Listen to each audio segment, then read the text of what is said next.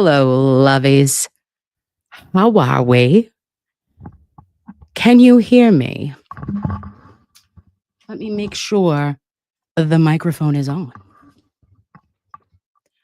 So, I'm blacked out from today, and I thought we needed to come together to look at what happened today to our queen, Dr. Marie Russell, and Hank and his pencils.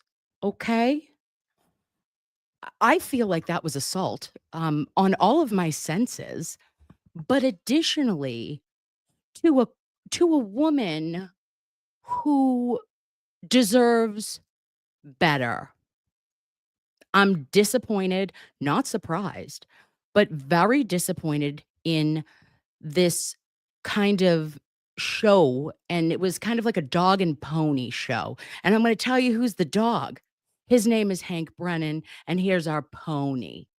His name is Adam Lally.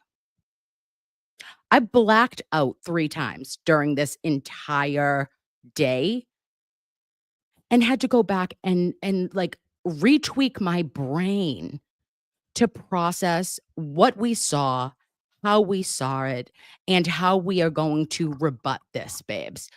Because today, in my opinion, was a mark on the Commonwealth of Massachusetts, and it was shameful. But I think you and I, all of us know what it really was. Because this wasn't a Daubert hearing. This wasn't a actual search for knowledge, for truth, and to assist in justice. Babes, this was a movie. And you're making a spectacle, in my opinion, of the life lost of Officer John O'Keefe. And typically, if you're going to see a performance, okay, clutch those pearls, babes. Let me get mine. Hold, please. Where are the pearls? Hold. She had them. If you are going to do performance art, and if you are going to be doing a little bit of recreation and reenactments and make your own lifestyle choices, Hank Brennan, that would most likely be done by a defense team. To see it done by the Commonwealth, I clutched. You spoke to a very educated, incredibly qualified expert witness horribly. And you didn't even see Alan Jackson do stuff like that. So we're going to get into what I believe, babes, was the Cliff's Notes version of it, because we got lost in the sauce for a while. But there was some bombs dropped here. And also, it's a preview for retrial. Okay? We're seeing how Hank Brennan is going to cross witnesses, do his direct testimony. And I'll tell you what, Judge Cannoni is eating it up and licking her fingers.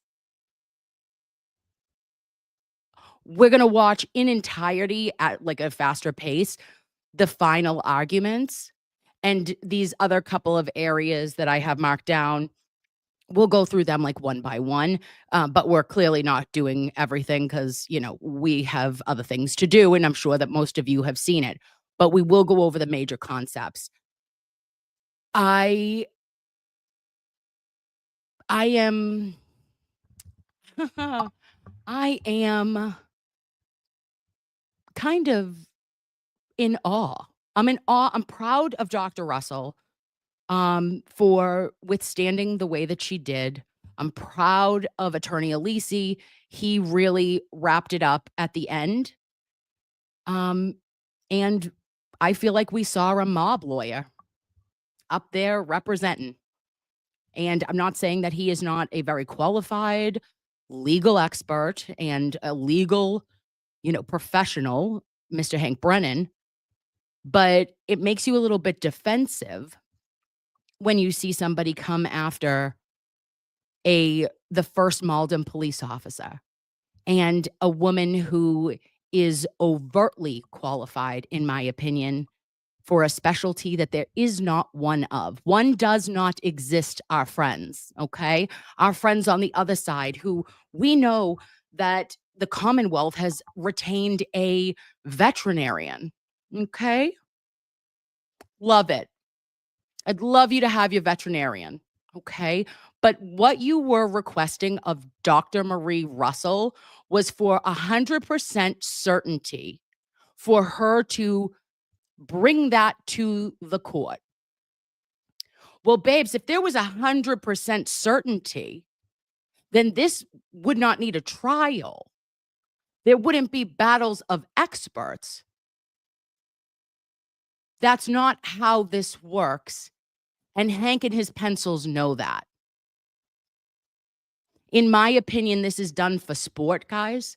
In my opinion, this is done solely, and I said this on Sunday with Mr. Attorney Mark Betterow when I had him on. I said, I feel as though they are going to go after every single defense expert and request them to come in for another Daubert in order to bleed Karen's defense, all of her resources. This is a tactic. This is a show. And this is not, he knows that it's televised too. So he's trying to put his best foot forward, how he is going to operate in actual retrial, guys. And I'll tell you this, he's skilled. Okay. As much as we don't like it, I mean, there's skill there. There is skill to somebody. Because if you're a juror and you don't know and you hear what he says and he accuses you of pulling a theory and your expertise that you have had for over 30 years in practice and says, what do you have to say for this? You don't know A, B, C, or D. And your training, your eyes, your medical experience isn't enough. Attorney Alisi sat there and jumped out of his chair. Our little sweetheart jumping out of his chair, saying, objection, can't give a damn reason. We know it's Bev's court. And he was trying while Hank Brennan provided the Commonwealth's theory as fact to a national audience. We got some work to do, but I got some rebuttals. And as you know, I'm ready. I did also download things onto the desktop and put them into our world. So hopefully it's going to play on the StreamYard. It took me far too long, but I had to do it because it's imperative. All right. So hi, lovies. I'm going to say hello to you. Do. And Erin, hi. She says, God bless Alisi. Yes. Brennan ribbed a lot. No. Yeah, I think he did. And Shirley says, did you hear Bev say, wait to object until she answers? I did hear that, babe. And I was very confused because that's not how that works. You object when you hear the question from your counter counsel, right? You don't, because you don't want your witness to answer. Again, this was a Daubert. This is very, like, not formal, right? Well, it's formal. It's in court. It's, it is important, but this wasn't clearly in front of a jury, but it was in front of a jury pool. And damn if I tell you, Adam Lally would have never. So they're getting their $75K worth, I'll tell you that.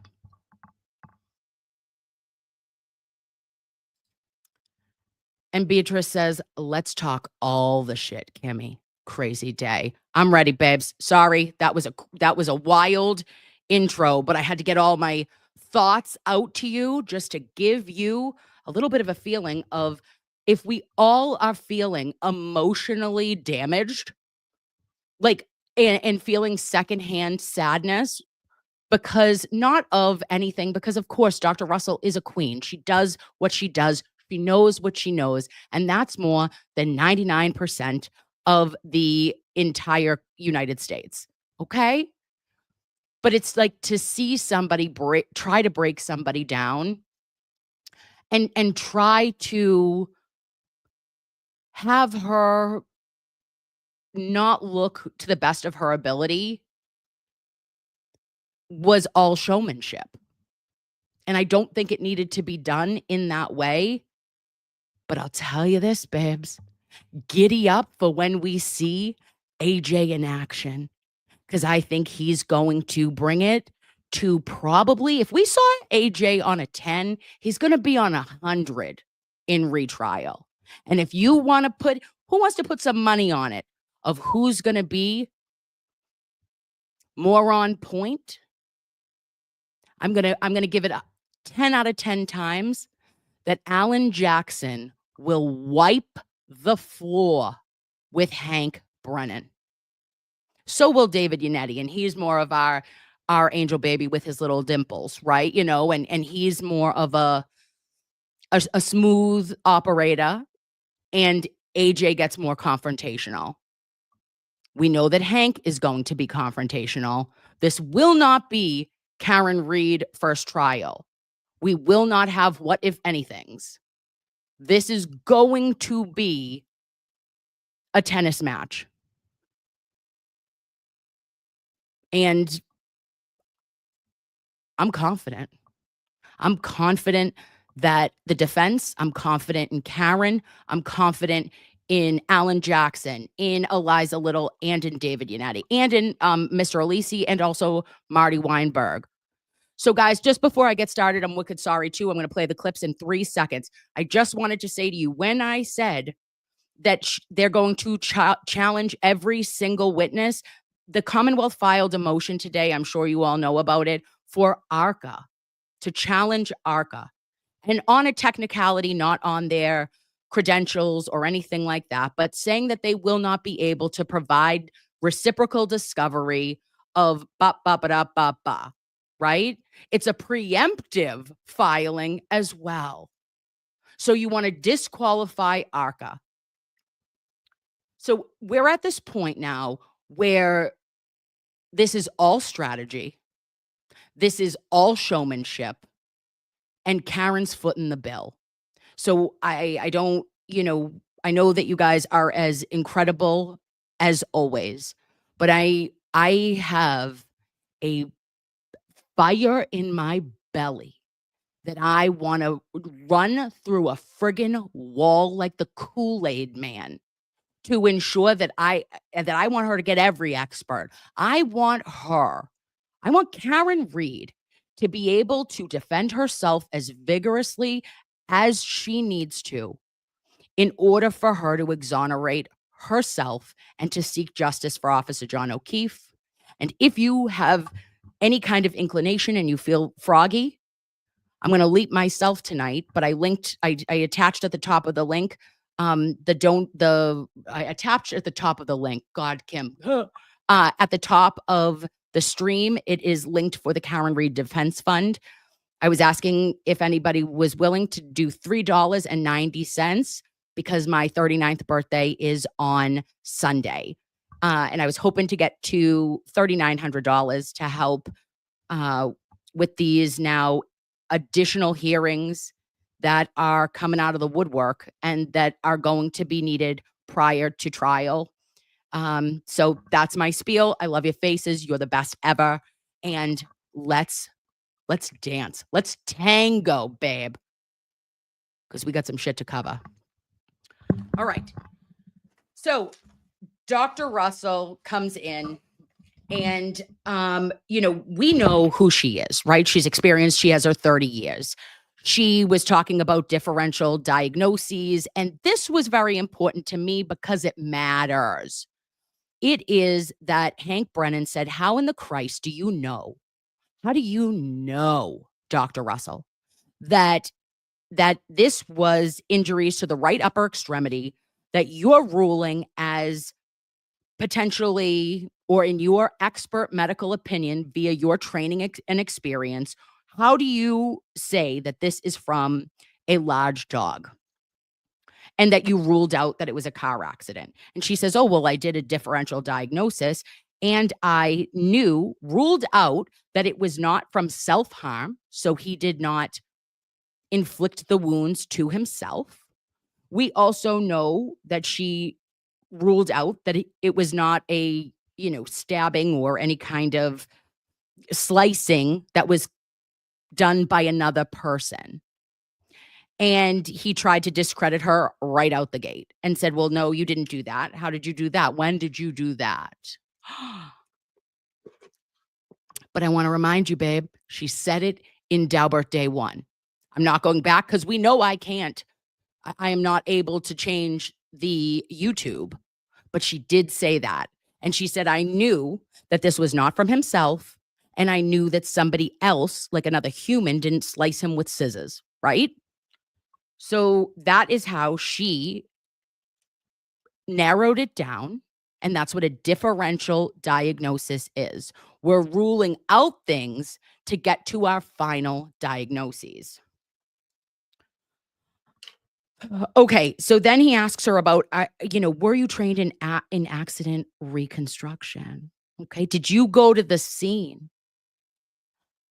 I'm I'm sorry. Did you just ask a defense, like an actual defense expert witness, if they went to the scene? W- Was she hired when? When was she supposed to go to the scene, Hank? He asked if she had looked at the ground, guys, and asked, did she see, was it turf like a football field, apparently? Maybe the Alberts had a football field at 34 Fairview, but also wondered if there was a twig, a brush, or sticks nearby. Okay, Hank. Really coming in hot on that one. Were there twigs? Who the fuck knows? I'm not on twig duty. Then he asked about her treating people being hit by cars and not having broken bones in her emergency room history and her 30 years experience. She said, of course, there are people that are struck by a vehicle that do not have broken bones. However, those people would be likely in a non-direct strike, as Officer John O'Keefe's alleged strike by Karen Reed's Lexus SUV. Absolutely. But I pose to you this, lovies. If somebody is sideswiped by a motor vehicle at 24.2 miles an hour, if we were to do a chat GPT, because I know some people love it, okay, that we would find precisely 0 that are fatal, that did not take a direct impact, and that the only thing that happened to you was that you spontaneously combusted polycarbonate plastic, not glass, Hank, that the polycarbonate plastic specifically designed for resistance and to withstand pressure, impact, but an arm combusted it. Got it. I would risk to say that 0 out of 100 times somebody had a fatal encounter with a motor vehicle if the only part of a human body that was struck was their right upper extremity. Put that on the record. Put that in your pipe and smoke it, Hank.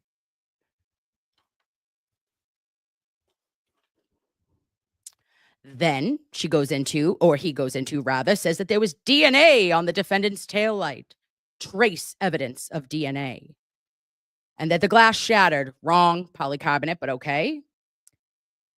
And he said that there was a hair, one hair on the bumper of Karen Reed's Lexus. Well, that's not true either, Hank. So I don't know if you actually have done your summer reading quite yet.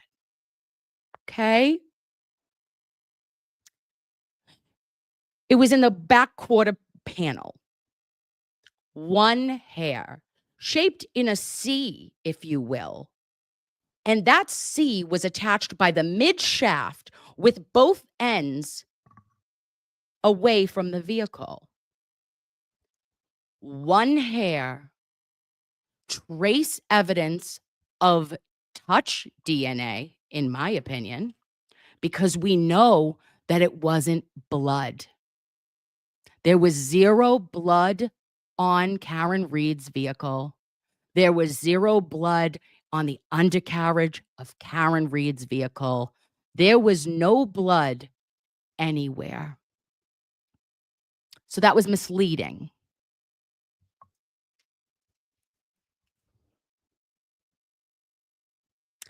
He also kind of gave Dr. Russell a lot of shit, in my opinion, about that she was not there.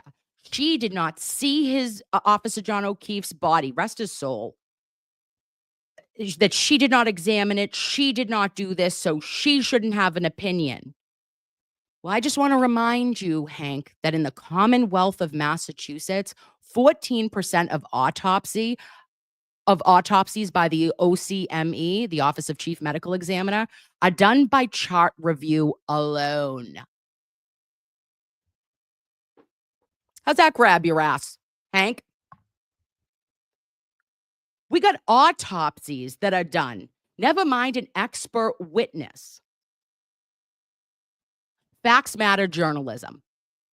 I'm neither, but I'm just saying. You know what I mean?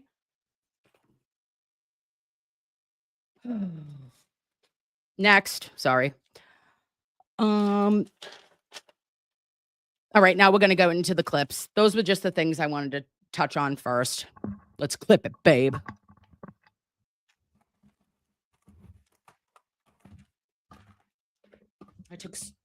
I took so many notes. I'm going to line us up, guys, on the clip, and then I'm going to look at comments. So comment to me. 1 minute, 1 hour, 34. That's our first spot.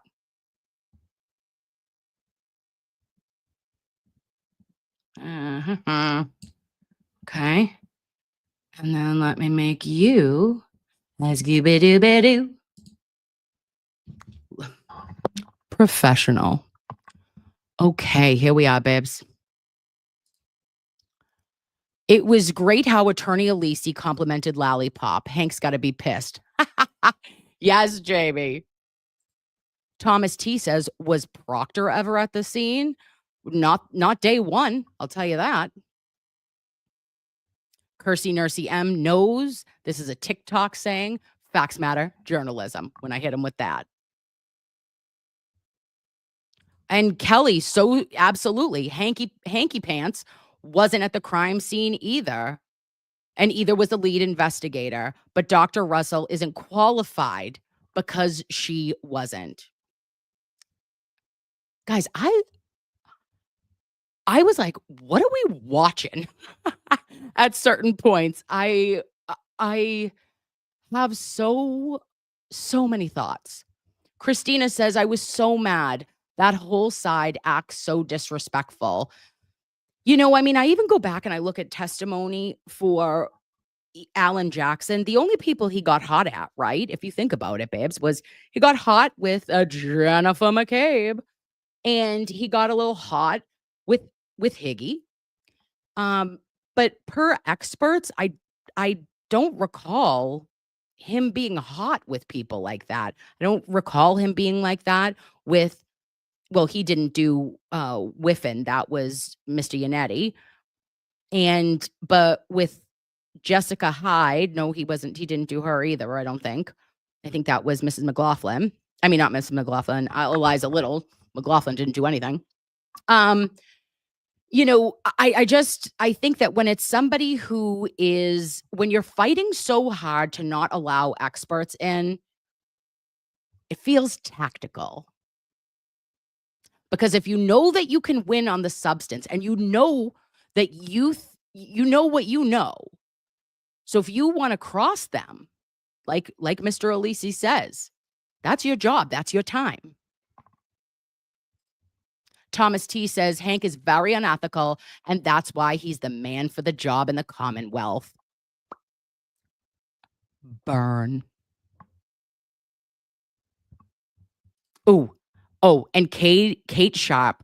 I have like the close-up that was said when Alisi was making one of his points, and it was just at Bev's face. I was like, keep that camera there. Keep that camera there because it matters. And he said everything. He wrapped it up so beautifully. Oh, Tanya, babe. I said things to my TV today that shouldn't be said. Shouldn't talk to our TV like that. Be kind. Rewind, babe, like it's Blockbuster. Not me. Not me. Throwing every frig at it every which way I could.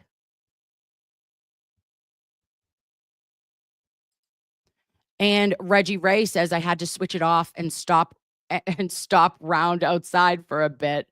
Was there laughing in court?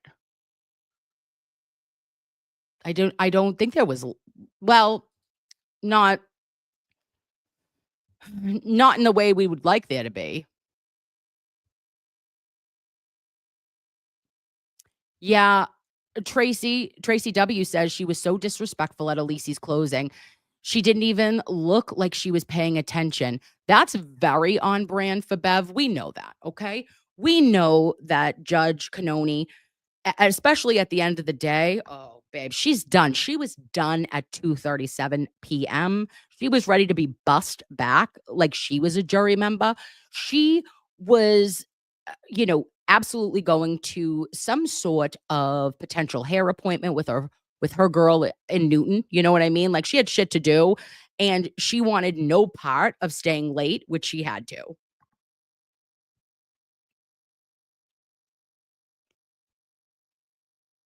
Yeah.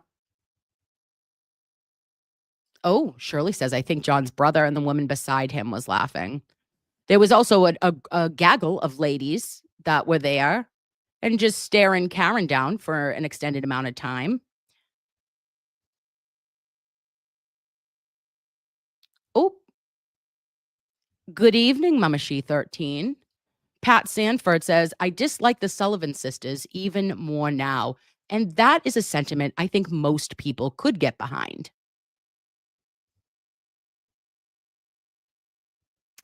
Okay. All right, babes, let's get into it. I'm playing now. Here we go. Is your opinion that there's no dog DNA? No.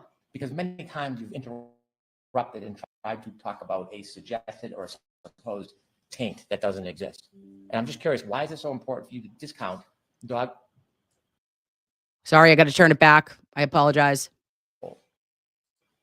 No. Do you know they then packaged them and they tested and they sent them to UC Davis? I know there was an interval of time Well, between the. people are exonerated.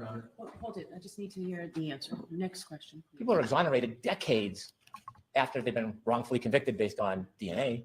Yes? Yes, DNA lasts for a long time sometimes, doesn't it? it can. Okay. And so you know that the DNA or the samples that was swabbed from the sweater was sent to UC Davis. You know that. Yes. And you know when they did the analysis, there was no dog DNA. Right. Right, on any of those holes. Right. And you've opined that these are bites, teeth going in and out of those holes all the way up and down the arm. Yes. Yeah.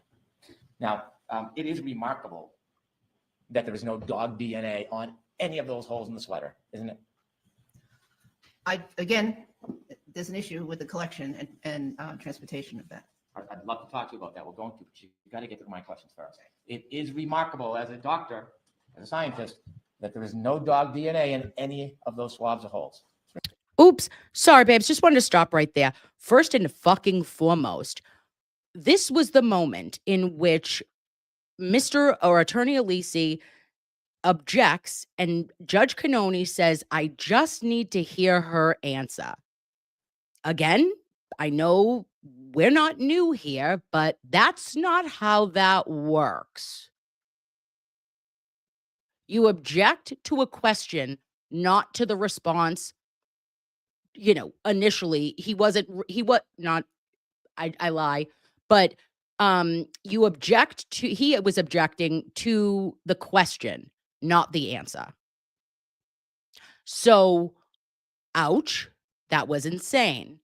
Now, his tone towards Dr. Russell here, when she says, hey, there's a question about how this evidence was collected and the transport, and that this matters moving forward and what results you received from UC Davis. And here's where Hank goes. Remarkable, isn't it? Remarkable would not be the word I use. Extraordinary. No, I disagree. Hard to believe. I disagree. Okay. Now, there is no dog DNA. Do you think somehow that hurts your cause or your case, for your opinion? Objection, Your Honor. Assistant. Do you think that somehow challenges your opinion that there's no dog DNA? No. Because many times you've interrupted and tried to talk about a suggested or a supposed taint that doesn't exist. And I'm just curious, why is it so important for you to discount the fact that dog DNA does not exist on any of those holes? Objection, Your Honor. I'm aware of many of the steps that are involved in the collection, preservation, and transportation of evidence. And there are multiple places where that can go wrong. So the absence of the evidence is not as remarkable as the presence of the evidence. What training and experience do you have with regard to DNA evidence? Boom. The absence of the evidence isn't as important as the presence of the evidence. I think I screwed up what she said, so let's go back because that was a really good part. Many of the steps that are involved in the collection, Collection. preservation, and transportation of evidence. And there are multiple places where that can go wrong. So the absence of the evidence is not as remarkable as the presence of the evidence. Not as What training and remarkable experience as do the you have with presence regard to of the DNA evidence? Your answer, not very much. Does that still stand today? Correct. I've had lectures, but I'm not a DNA person. Not very much, right? And so now you're suggesting, without any fact, that many things could have gone wrong. Absolutely, with any specimen. Right. So you're willing to come into court and just float an idea without a good faith basis or fact? Objection, Your Honor. Assistant. What went wrong in the collection of this DNA? What went wrong in it? I can't tell you what went wrong, but I can tell you that there were possibilities that. I can tell you what went wrong because I'm fucking Nurse Kim. And because I posted about it in June of 2024, June 29th of 2024, to be precise. And I know our queen would have said this had she had the opportunity. So let me present to you, babes, what went wrong in collecting the swabs by Maureen Hartnett of Mass State Crime Lab. Let's give you a couple of examples.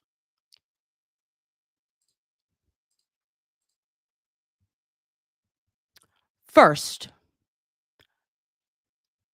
we are going to play a clip of her direct testimony from the first trial. Please enjoy. It's 1 minute and 25 seconds.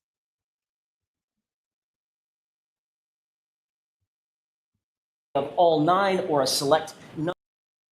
JK, wrong one. Cuts 1 through 9 that you noted. Did you do any additional testing or collecting specifically from those areas? I collected 2 cotton swabs moistened with sterile water around those areas of damage. And why did you do that? It was told to me that potentially the victim may have been bitten by a dog during an incident. So I was taking swabs of that area to be sent out to determine if there's any dog DNA on that area. Now, is that kind of testing, as far as canine testing or animal testing, is that something that you're lab that the State Police Crime Lab is accredited or authorized to do? No, we do not do that type of testing. And is that sort of sent out to an external vendor then? Yes, that's correct. And is that something that you had done on any prior cases or any previous situations where you had collected items and sent it out to a specific lab for animal testing? I did consult once with an external lab on taking those types of collections, but this is the first time I've collected and actually sent something out for that type of testing. And specifically in this type of testing and in this case, what lab were those items sent out to? We use the UC Davis Veterinary Lab in California. And as far as prior to collecting or prepping or doing anything as far as collecting samples from that, who, if anyone, did you talk to, or what, if any, direction did you receive in regard to collecting those samples? I'll allow it. I emailed Terry Kuhn, who is one of the analysts at the clinic, who aided me in how best to collect the sample for their lab. And what you were directed to do as far as collection, packaging, and shipping, was that at the direction of the UC Davis lab? Yes, that's correct.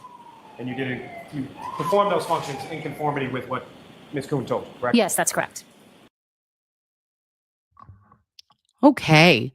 So we just heard from Maureen Hartnett that she followed what she was told by UC Davis Terry Kuhn via email and direction. So you know what I did, babes?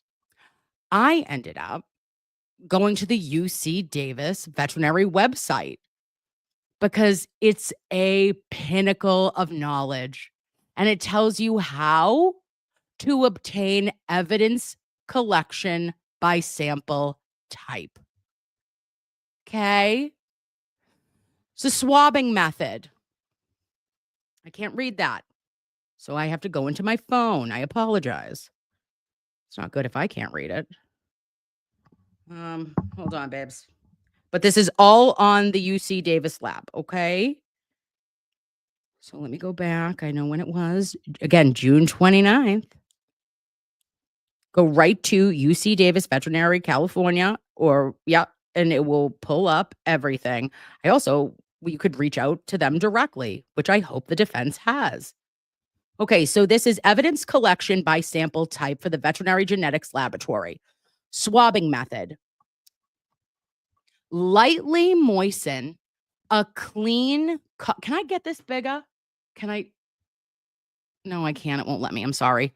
Okay, lightly moisten a clean cotton swab with sterile water or saline, which we know what Maureen did. Carefully rub the sample area with the cotton swab, collecting as much material as possible. Additional swabs can be collected, but only one swab should be handled at a time. Okay, that's the highlighted portion from UC Davis online. Now, let's hear what Maureen Hartnett had to say when Alan Jackson asked her some questions. Of all 9 or a select number of the 9, how did you do that? I moistened 2 cotton swabs with sterile water, and then I took those 2 swabs. May I use the pointer to just show? Of course. And I vigorously swabbed around. I don't know if it's working. There we go. This entire area. So every area of damage, I swabbed around all of it using the same 2 swabs. So it was one collection from all those areas. One collection on swab 1 and one collection on swab 2. You just repeated the process. No, I took them exactly at the same time. So I held the 2 swabs together. Oh. And as I'm swabbing, I'm rotating the swabs to make sure that all the exterior of the swab is coming into contact with that material in order to collect equal samples, or at least attempt to collect equal samples on each swab. Okay, we can take that. Thank you. And you indicated that this was the first time that you had done swabbing specifically for the purpose of trying to find either canine DNA or animal DNA. That's correct. Had you been trained at the time that you took the swabs, had you been trained or received any training or any teaching about the relationship between keratinized tissue and DNA? No. Do you know what keratinized tissue is? No. Did you photograph exactly where any of those swabs were taken, or just notate it in your notes? I notated in my notes. That overall photo is the photo that I used to describe the sample that I collected. And I think it probably goes without saying, you didn't videotape your swabbing technique on that shirt either, correct? That's correct. Okay, babe. So what do we think about that? So we know from UC Davis on their website, it tells you what to do. You could have just looked that up, babe. But she communicated with a very high up personnel, Terry Kuhn. Pretty sure that she told her to do them one at a time and not simultaneously. So that in and of itself is an issue with the collection of the sample around the shirt, around the areas. This also was not done by a professional who had experience with collecting these samples. Maureen Hotnet tells you herself, I had consulted once, and this was the first I'd ever completed.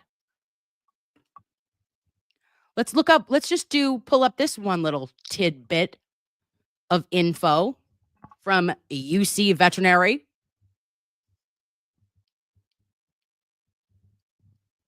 Again, sorry guys, I apologize. That's a screenshot, so I should have been better with making it legible for you. But again, you can just get it right from the website. It's vgl.ucdavis.edu.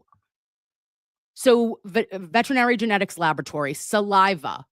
If feasible, it is best to submit the entire item for DNA analysis of saliva. If this is impractical, then a swab or an excise of the suspect areas is permissible. Okay, so best practice, gold standard of care, really the way this should have gone, because we know that our girl, Maureen Hotnet, had the physical sample with her. It would have been most appropriate for her to either A, send a hoodie, or B, send a sleeve. But she didn't. She took 2 swabs at the same time, not following policy and protocol that is on UC Davis's website. How did I find this? But she didn't. So I back up my girl, my queen, Dr. Marie Russell, 110%. When she was saying that there was concerns. And I think that she would have said this, had she thought of it.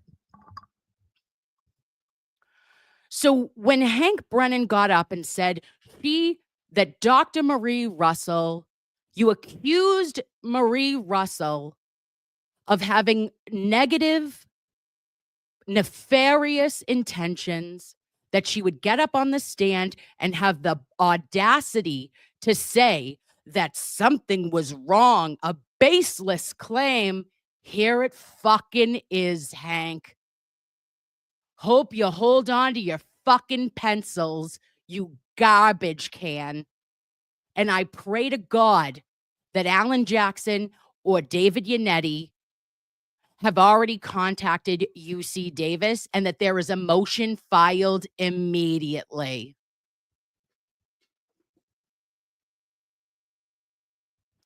Because you're talking out of your ass and you haven't clearly done your summer reading for trial 1 in Commonwealth v. Karen Reed. You're welcome. Let's continue. Sorry. Is everyone blacked out? I didn't even see what anyone was writing. Mama She, thank you. Letters by Betterow.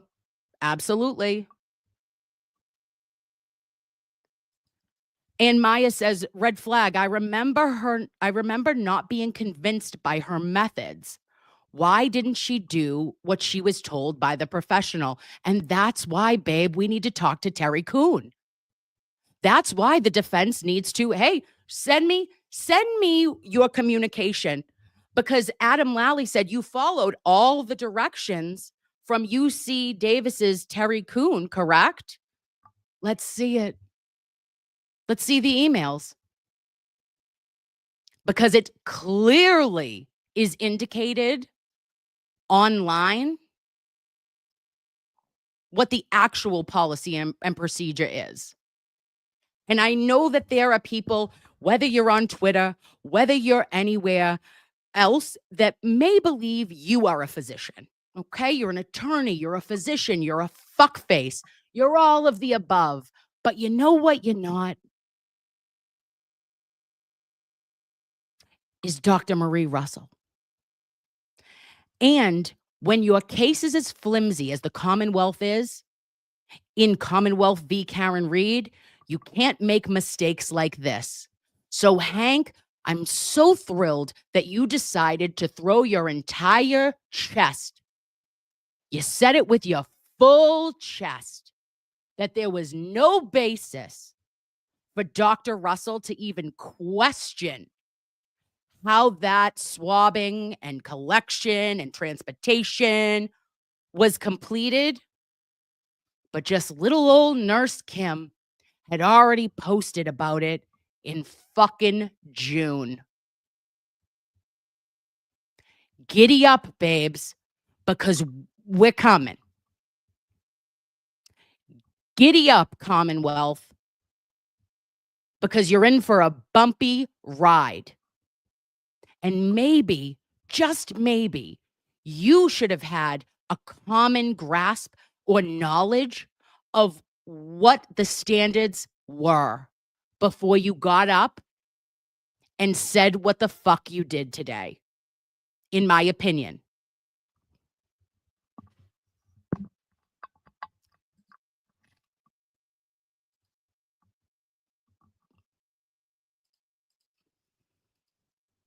And Maddie Wag says, I need Nurse Kim on the defense team desperately. Well, you know, Nurse Kim has offered to be Mr. Yannetti's intern if he ever needs me. Still open, babe.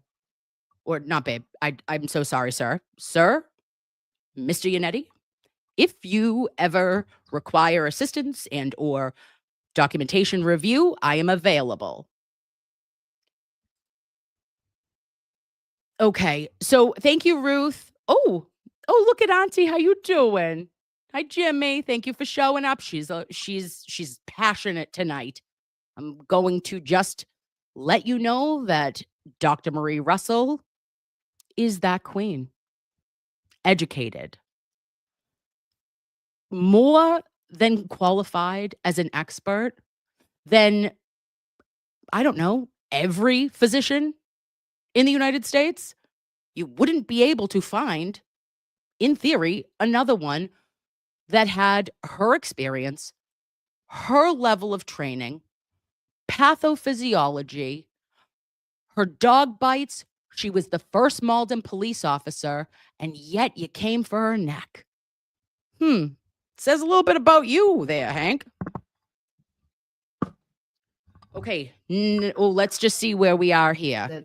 That there were errors at various steps. Okay, well, if you want to claim and allege an error to demean or discount the evidence, tell us what the error was that happened with the production, the preservation and testing of this DNA. What was it? I can't tell you the exact error, but there's, first of all, the But we did, and we just went through it.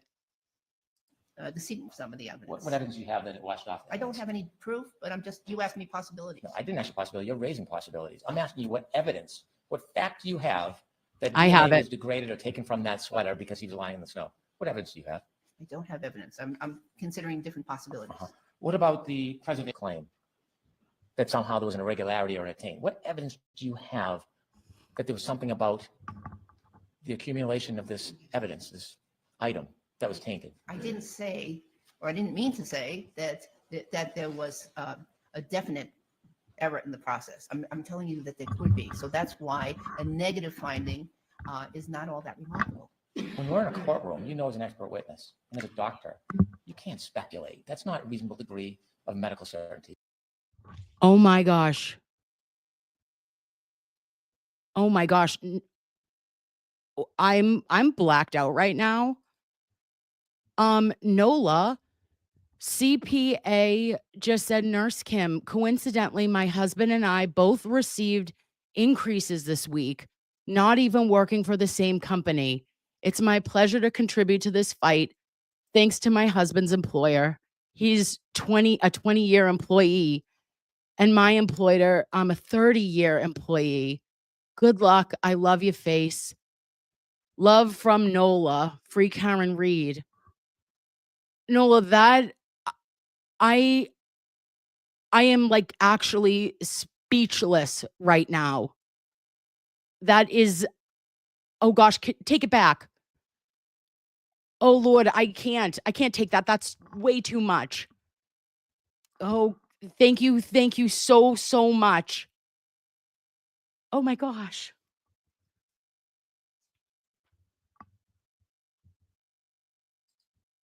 Oh, Is it?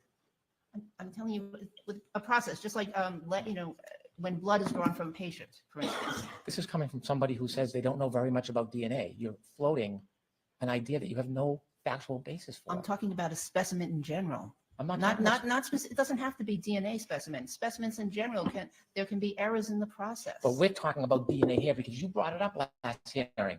You suggested that there was an irregularity at the last hearing. There could be. You asked, for an explanation why DNA was not found. Well, that's a possibility. So when you're using words like something could have gone wrong, you're not suggesting in good faith, and in fact, that you believe something went wrong, are you? Objection, Your Honor. I'm going to allow it. Are you suggesting that, Dr. Russell? I'm suggesting there's a possibility that something could have gone wrong. But you can't tell us what that was. No, there are multiple steps. well, we did. We know. We said it. And now he doubles down, triples down, and brings it up again in his closing. Tell me one of the steps that went wrong. Tell me anything. No, I can't tell you definitively that anything went wrong on a particular step. I'm telling you that there are multiple steps where error can occur. Not That's the- all. So and any physician, even not only scientist, but physician knows that not all test results are 100% accurate. All right, let's wrap this up. So Okay. you've been through the UC Davis report. Yes. You've been through now you know there's a criminologist report and they swapped all the holes, right? There is an absence of dog DNA. We agree about that, right? That's what you tell me. Ooh, we have one problem. Hank says again that you went through the UC Davis report and you know that they swabbed all the holes. That is not what was said. That is not what was said, babes. She said that she swabbed around them. So, Hank, do you know what actually happened? I recommend that if you can't do your summer reading, Hank, because I know it was a long trial and I understand that you're very busy, but maybe you should at least watch who it is you are discussing in court that day, the week or the night before. And we also agree that you have no actual science, medicine, or fact to suggest that there was anything wrong whatsoever with the collection, preservation, and testing of this dog DNA. I have no evidence. That's correct.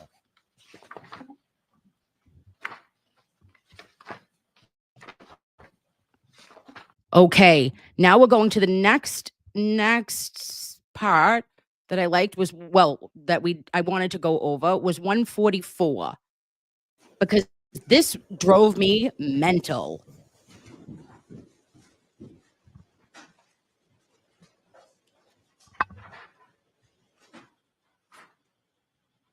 Thank you.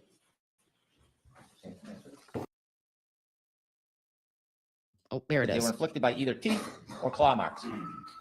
Line 3. Well, start at line 3. Teeth or claw marks is actually line 5. Line 5 says the word photographs here. Okay. You must have a different version. May I have a- Are you talking about the trial?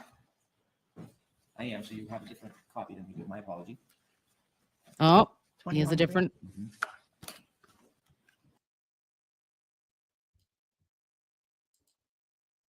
Sorry, guys. You told counsel when you had your direct examination on the last case, that between the time of the trial and between your testimony at the first hearing in this Lanigan hearing, you had not reviewed any further materials. No, I don't think I said that. Oh, you did review further materials, In the process of writing my report, which Mr. Lisi helped you with, yes? in the process of writing my report, I did review articles. I re-reviewed the photographs, and and my opinion even, became a little clearer. So when you testified in front of the first jury, expressing an expert opinion, you weren't very clear? No, I was certain that these were either teeth or claw marks. Okay. But things have evolved, haven't they? Yes, I have, in the course of reviewing and also being challenged, I'm being challenged. So I need to review everything. Yes, things have evolved. So things have changed. Changed? No. Well, It's one of the, I said teeth or claw marks. well, it's not one or the other. You're supposed to testify with specificity. Again, in the articles, in the literature, medical peer review literature, it's mentioned that it's very difficult in some sets of marks to determine what's a claw mark and what's a tooth mark. So based on your reading the literature, Okay. That was what I wanted to show there, babes. First and foremost, how dare you say that Mr. Alisi helped her write the report? We know for certain that Mr. Alisi, Attorney Alisi, rather, he helped her with her paragraphs and what goes where, how to do it in order, maybe helped her cite her sources. I don't freaking know. Helped her put it in MLA, for fuck's sake. How do we know? But 110%, I do know that Attorney Alisi did not provide the medical opinion that was contained within said paper. So, and report. So let's say, even if he did give her, okay, go through this, may I change this paragraph to here? That's not somebody helping you write your paper. And that is 110% egregious that you said that in open court. I know that it's just a Daubert Lanigan, but hello, you are trying to rattle and you are trying to paint a picture of a woman who has done nothing but be an asset to a community her entire life. A woman who also, like Officer John O'Keefe, took in her niece and nephew and raised them. So if you think that she is looking for clout, or you think she is looking for her 15 minutes of fame, she is a former police officer who became the guardian of her niece and nephew. And I believe that she takes this case, and especially when she learned more about it, very, very seriously. And I believe that she is trying to do the right thing and does not have nefarious intentions. I know that in her career, she was a pioneer, as evidenced by what? The LA Times article, where she was instrumental in creating a new type of police/emergency medicine, ensuring evidence collection is correct. And she was doing this all while what? Raising children that she took on and loved and cared for.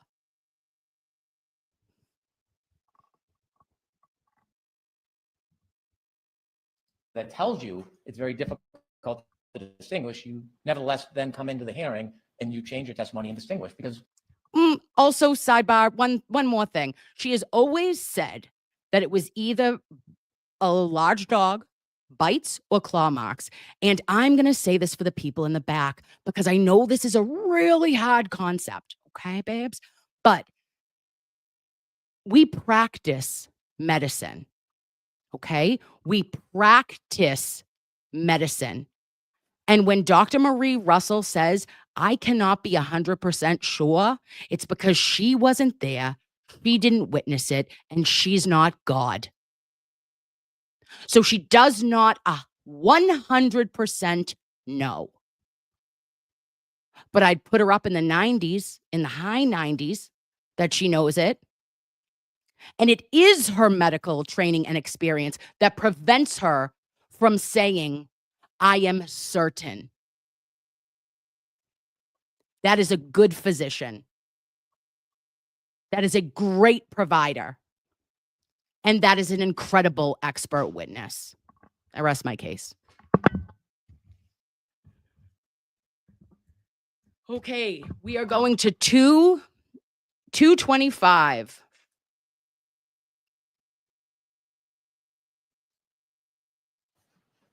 And I'd asked you, now that your position is that these were caused by the canines of the dog, was it the upper or lower canines? I can't tell 100%. Well, not 100%. What's your opinion? Are these upper or lower canines? I believe they're upper canines. Okay. And why do you believe these are upper canines as opposed to lower canines? Because when the mouth of the dog opens and attacks, it's usually the upper canines that grasp first. And you're saying because there's an absence on the other side that this must be the upper canines? Is that your logic? I'm saying because it's usually the uppers that grasp first. There's nothing in methodology or comparative study that would tell you that these are consistent with upper canines. You're just deducing that based on there's only one pattern instead of two.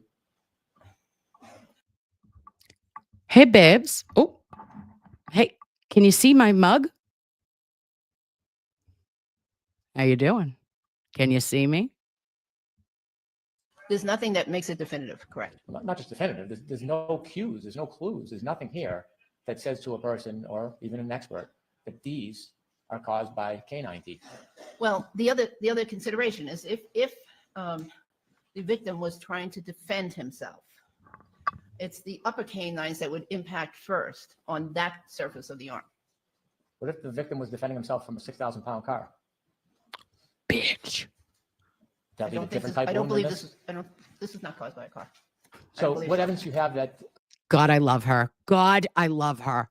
But let's start here. I just want to remind you, babes, that she is saying that it is typical human nature for you to defend yourself and you put your arm up, right? However it is going to be. If you're being attacked, what do? Defend. And listen to Hank. The victim was defending himself, which caused the shape of wounds. Again, it's very common for someone who's under attack to take their arm and flex it in front of them to protect their vital organs, Okay. the neck, head, face. So if Mr. O'Keefe is flexing his arm to defend himself, that doesn't answer the question, what identifying feature with specificity in these support any conclusion that it was a canine tooth that caused either of them? Well, first, in general, it's the canine teeth that are going to impact because they are much longer than the incisor teeth. Accurate. Right.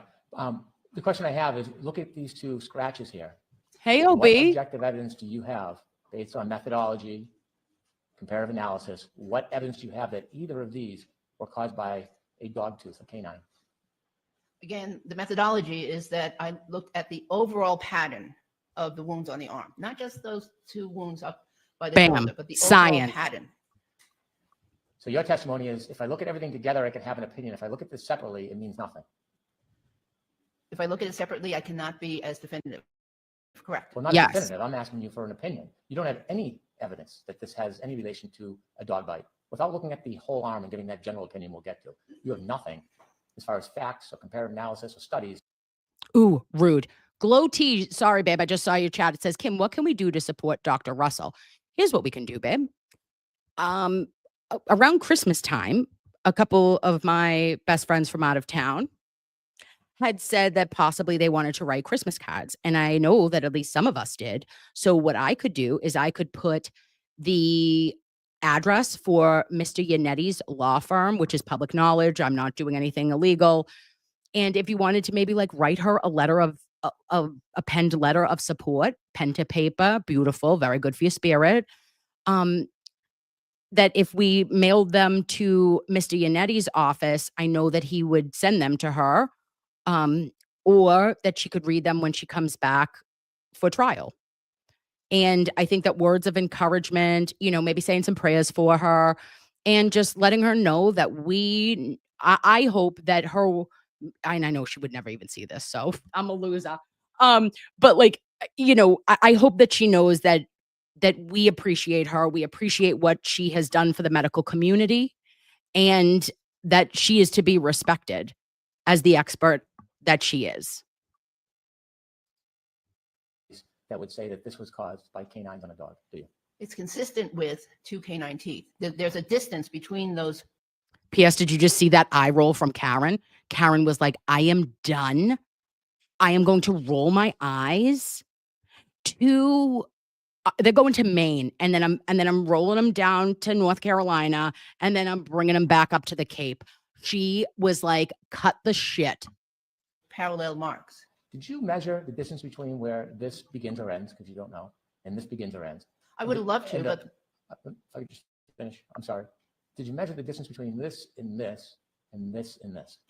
I could not measure it because there's no ruler in that picture. You know that when a dog bites, the canines don't move. Unlike paws that might open or close, the teeth stay the same distance apart, don't they? Correct. Damn, he's such an ass. Clearly, we know, Hank, okay, that the teeth are not moving. But you know what does move is the human whom's teeth are entering. Perhaps even, I don't know, let's throw this on for size. Also, the sweater, the hoodie, the material, everything that is moving with said human that was being attacked. There's nothing that you know of in any dog science that canines, when they Dog bite, science. they open or close or get wider or more narrow. They're always the same distance, right? With it for that dog, yes. Right, that dog. Assuming that they're healthy teeth, yes. And you don't know if they're healthy teeth or not because you never looked at Chloe. Correct. Okay. And you're not saying there's any punctures anywhere in here, are you? I don't see a definitive puncture. Or do you see a puncture that's not definitive? At the very lower aspect of the photo, this area is not well defined. So you're saying this is possibly a puncture? I can't rule it out by that photograph. Well, couldn't you rule it out through other analysis and evidence? Couldn't you rule it out as we just spoke about? Because if this was the puncture, that means the bite is going this way. And if That's it's going making this it- way, the arc is in the total opposite direction. Couldn't you rule it out just on that? I couldn't rule it out, but it certainly makes sense that it would not, that the punctures would not be down below. Well, not does it not make sense. It makes no sense that it would go this way. Okay, the reason I wanted to play that is because now he's trying to trip you up, guys. And he's saying that if you can see that it is more superficial from the top and more deep at the bottom, then it wouldn't have made sense because of canines and the dragging of the skin. I get where he was going, but you don't know. Nobody knows in what position Officer John O'Keefe's arm was when it A, was attacked by a dog, or B, attacked by a taillight. No one knows. You don't know if he was in an upright position. Was he in a down position when it occurred? So if he was actually in a horizontal position, that would 100% make sense.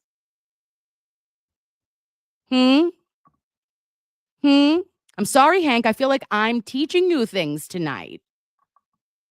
It wouldn't be going up if the dog has an arc going this way. The arc would have to be this way. It depends on the position of the victim. A dog arc is not going to change depending on the position of a victim. No. And the dog's canine. Ooh, is not going to AJ, move touche. depending on the position of the victim. That's right. But if he's bending over and depending on the position of the arm, the wound can change. The wound can have a different appearance than what you would expect. Okay. Let's move on to number 2, which I'm identifying as these 2 linear scratches and then the scratch. Oh, on the I'm not bottom. going through all these. Nope. Testified about. Nope. He asks also, guys, do you think that this happened at the same time or at different times? And Dr. Marie Russell says that she believes that it happened around the same time. And he says, well, how do you know that it didn't occur or did it happen at exactly the same time? And she's like, I don't know. And he's like, how do you not know that? Right. And I thought to myself, okay, Hank, let's go back to your fucking theory. Let's say, for example, a taillight spontaneously combusted by hitting a less than 13-pound human arm, and the shards of polycarbonate plastic entered the body all at the same exact time? It all traveled through the space-time continuum? Through a hoodie? And then injured Officer John O'Keefe and his right arm. I said, bullshit. A bullshit on you. And me and Karen, look it, ready? Ew. Ew. Okay. That's how ew. Okay. All right, next. 334. I'm so sorry, guys. I'm being so slow. 334, 334. I know that you have other things and we're missing turtle time. I'm gonna be done so soon. Then we can watch on like triple time or double time rather to figure it out. 334. 334. Oh, you dumbass, Kim. Okay. May I now proceed, Your Honor? Please. Thank you. Dr. Russell, during cross-examination at this Daubert hearing on December 12th, you were asked whether you believed you were an expert in the areas of orthopedics, Thank you, my sweet, sweet Greta. I love you. accident reconstruction, biomechanics, motor vehicle accidents, and defensive wounds. In your 29 plus years of experience as an emergency medicine physician and training emergency medicine physicians, are you aware of any emergency room or emergency department physician being board certified? Why are we calling me Eunice? Eunice? Is this an inside joke? Am I not in it? Liveroni with cheese. Kate loves me still. Cursey Nurse EM. And the troublemaker. certified in orthopedics? No, Are you aware of any emergency medicine physician being required to be an expert in overall orthopedics? no. General orthopedics, no. No. But do emergency medicine physicians nonetheless routinely evaluate and treat people injured in motor vehicle accidents? Fuck yeah. And did you, in your 29 years of experience as emergency medicine physician, routinely evaluate and treat people injured in motor vehicle accidents? Yes, I worked at a busy level 1 trauma center. During your cross-examination in response to a question, you stated that you were an expert in emergency orthopedics. Can you please explain that? Yes, so emergency orthopedics is a subset or just a part of the overall field of general orthopedics. So in emergency orthopedics, physicians care for, evaluate, diagnose, treat patients who have acute injuries and that don't need operative care. So acute fractures, acute dislocations, those types of injuries are done in many busy emergency rooms, right in the emergency room. And that's what I have expertise in. Absolutely. Did the rotation at you just said busy hospital that you were at, did the rotation when you were training, were you required to take Okay. We love her. She is qualified. Now, testimony in this hearing in December and the report that you prepared dated December 9th? Medical school, and actually a little bit before medical school. So that was 50 years ago, I think. 40 years Is ago. pattern 40 years ago. recognition some novel or unscientific process, or is it rooted in evidence-based medical science? Oh, it's definitely evidence-based medical science. And in fact, there are textbooks on how to recognize certain patterns. So there, for instance, in pathology and, in medicine, there are textbooks on how to tell if somebody's got liver cancer or somebody's got, some other disease. This is pattern recognition. okay. And I just wanted to back up Dr. Marie Russell on this, guys. And I know that you know this, right? And I know that we've talked about this before, but we know that I am a wound certified clinician. I am a regular wound certified clinician for traumatic injury, for we call them now pressure injury. I am also diabetic wound certified. So these are things that I actually do have a certificate for and that I present kind of nationally and have gone, and I'm a speaker and I've done keynote speeches for wounds. I've never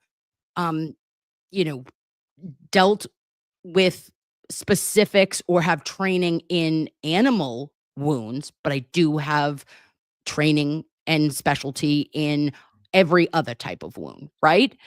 Surgical wounds, traumatic wounds, and or pressure injury. So when Dr. Marie Russell is talking to us about pattern recognition, that is in every single part of medicine, period, point blank. I deal with it with wounds, right? If I've seen similar patterns that are located in specific parts of the body, i.e., a diabetic heel, right? When we see even just, a sacral pressure injury, you know what you are looking at because of pattern recognition. We also know with God forbid, but like domestic violence, child abuse, you are going to know what you are looking for if there are signs of strangulation, if there are signs of, petechial hemorrhages, you will know that were you strangled? A plus B often equals C. We're still going to differentiate our way out of it. But for somebody who has done or treated rather well over 1,000 dog bite and claw injuries, attacks in her life and in her career, and has published peer-reviewed articles that are literally still referenced to today. The friggin' the peer-reviewed articles that I do and that we use in our practice are from the 90s. You always go back to like specific studies. It's always like there's always one friggin' boss that's like, I like to refer to 96, right? Look at the New England Journal of Medicine. And it's like, fucking A. I'd love one from 2024, but the gold standard are specific articles. And she is in part of that. It's unbelievable. For the most part, and X-rays too. It's in textbooks. There are huge textbooks and numerous textbooks written about this. Is pattern recognition methodology that you've been testifying about, is that generally accepted in the medical community? Pattern recognition as a methodology, absolutely. All right, Mr. Lessing, we're going to take our break. We'll be back at 2 o'clock. Thank you. Oh, we'll be back, baby. And this is where Bev said, I'm done. Oh, for the old time's sake, anybody needs to go to bed tonight, just put that bad Larry on, okay? Hey, OnlyFan, I've missed you. Hey, where you been all my life? You helped me with all my insomnia for 9 weeks. 5:35. Go right ahead, Mr. Lessing. Oh, we're gonna go to 5:35, and then I just want to gank at Hank, and then we're going to watch Mr. Alessi and why not? wrap it up, and then we will go Because through. first of all, there was no question in my mind that these were from dog bites. Our questions, babe.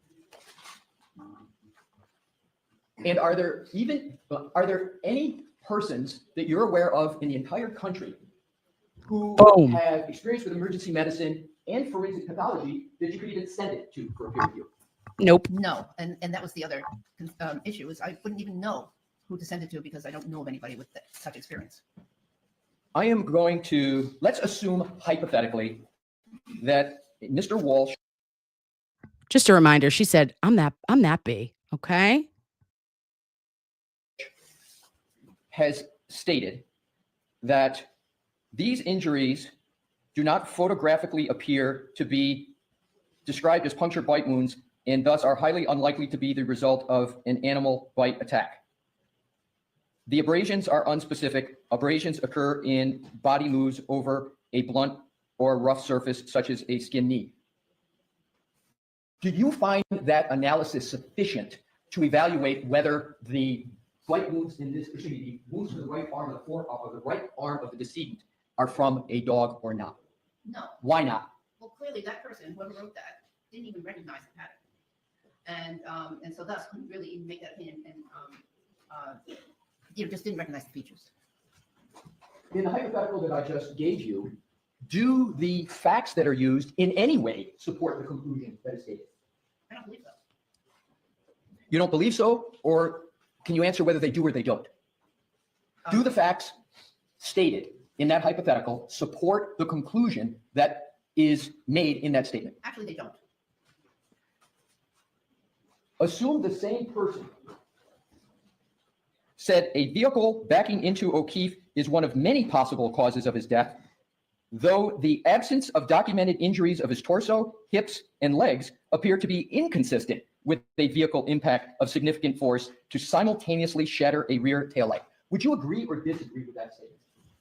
Or the conclusion? Would you agree or disagree with the conclusion? Would you please read it again? Sure. Sorry. A vehicle backing into O'Keefe is one of many possible causes of his death, though the absence of documented injuries of his torso, hips, and legs appear to be inconsistent with a vehicle impact of significant force to simultaneously shatter a rear taillight.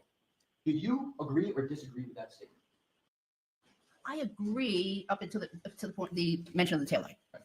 But what is it that you agree with in that statement? Well, I agree to the part that says that that it was insufficient to cause the injuries, the death of Mr. O'Keefe. Now, aside from that hypothetical question, what is your opinion of whether a motor vehicle caused the injuries to the right arm?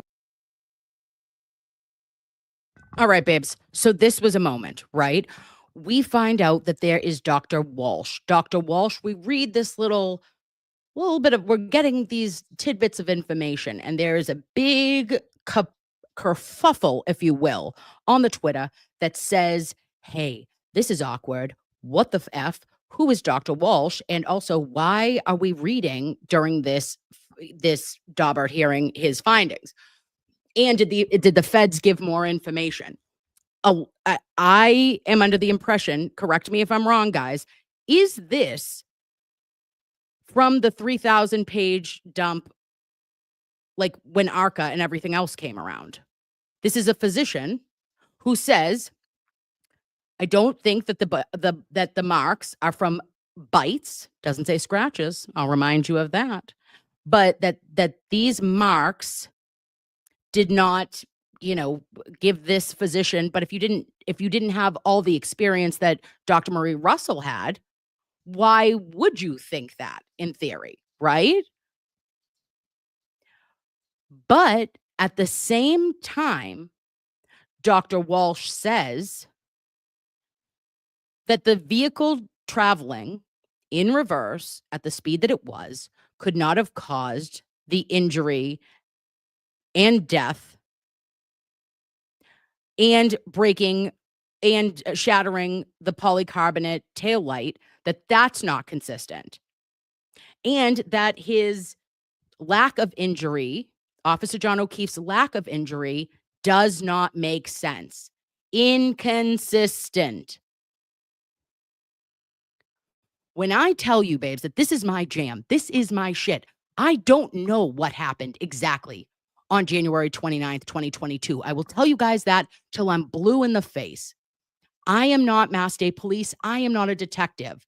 But what I am very comfortable, confident, proud to know that using my medical training and experience and all of the other incredible clinicians that I know in the United States of America and beyond, zero other people in the medical community that I know, from physicians all the way down to, even physical, not down to physical therapists, respiratory therapists, our occupational therapists, speech therapists, nurses, CNAs, EMTs, medics, firefighters, all first responders have never said to me, this doesn't make sense. This did not come from a low impact vehicle sideswipe to the arm being the only point of contact. And then Officer John O'Keefe did not fall on the street, did not hit his head on a curb. He fell on grass. There wasn't a boulder. Babe, if there was a boulder, we could be talking some shit here. But it doesn't make sense that you would have a 2.5-inch laceration of blunt force trauma when your entire cranium was on the ground. Why just that 2.5-inch laceration? because it didn't happen that way. And that is where I stake my claim in this. This is where I have so much passion. It's because medically speaking, and the catastrophic brain damage does not add up to somebody whacking their, head on grass, ground, lawn, if you will, even if it was January. And when Hank Brennan is asking Dr. Marie Russell, why didn't you do this test? Why didn't you take the measurements of how far the incisors and the teeth were apart? And did you not measure it? And you didn't see the body and you didn't do this. Who the fuck did the frozen ground measurement? Fuckface. Who was on deep freeze backyard, front yard? I want another sample. I want to know soil temperature. No one. Yet you expect her to know everything. Giddy up, my friend, because I can feel as though the questions that are asked of your new experts may be more than you bargained for, Hank. Of Mr. O'Keefe. Motor vehicle did not cause. And do you hold that opinion to a reasonable degree of medical certainty? Yes. Are you aware that only microscopic pieces of plastic were found in the hoodie sweatshirt of Mr. O'Keefe as opposed to, quote, littered, end quote, aspects? I am. Are you aware of any evidence of littering of pieces of plastic or glass in the hoodie of Mr. O'Keefe? No.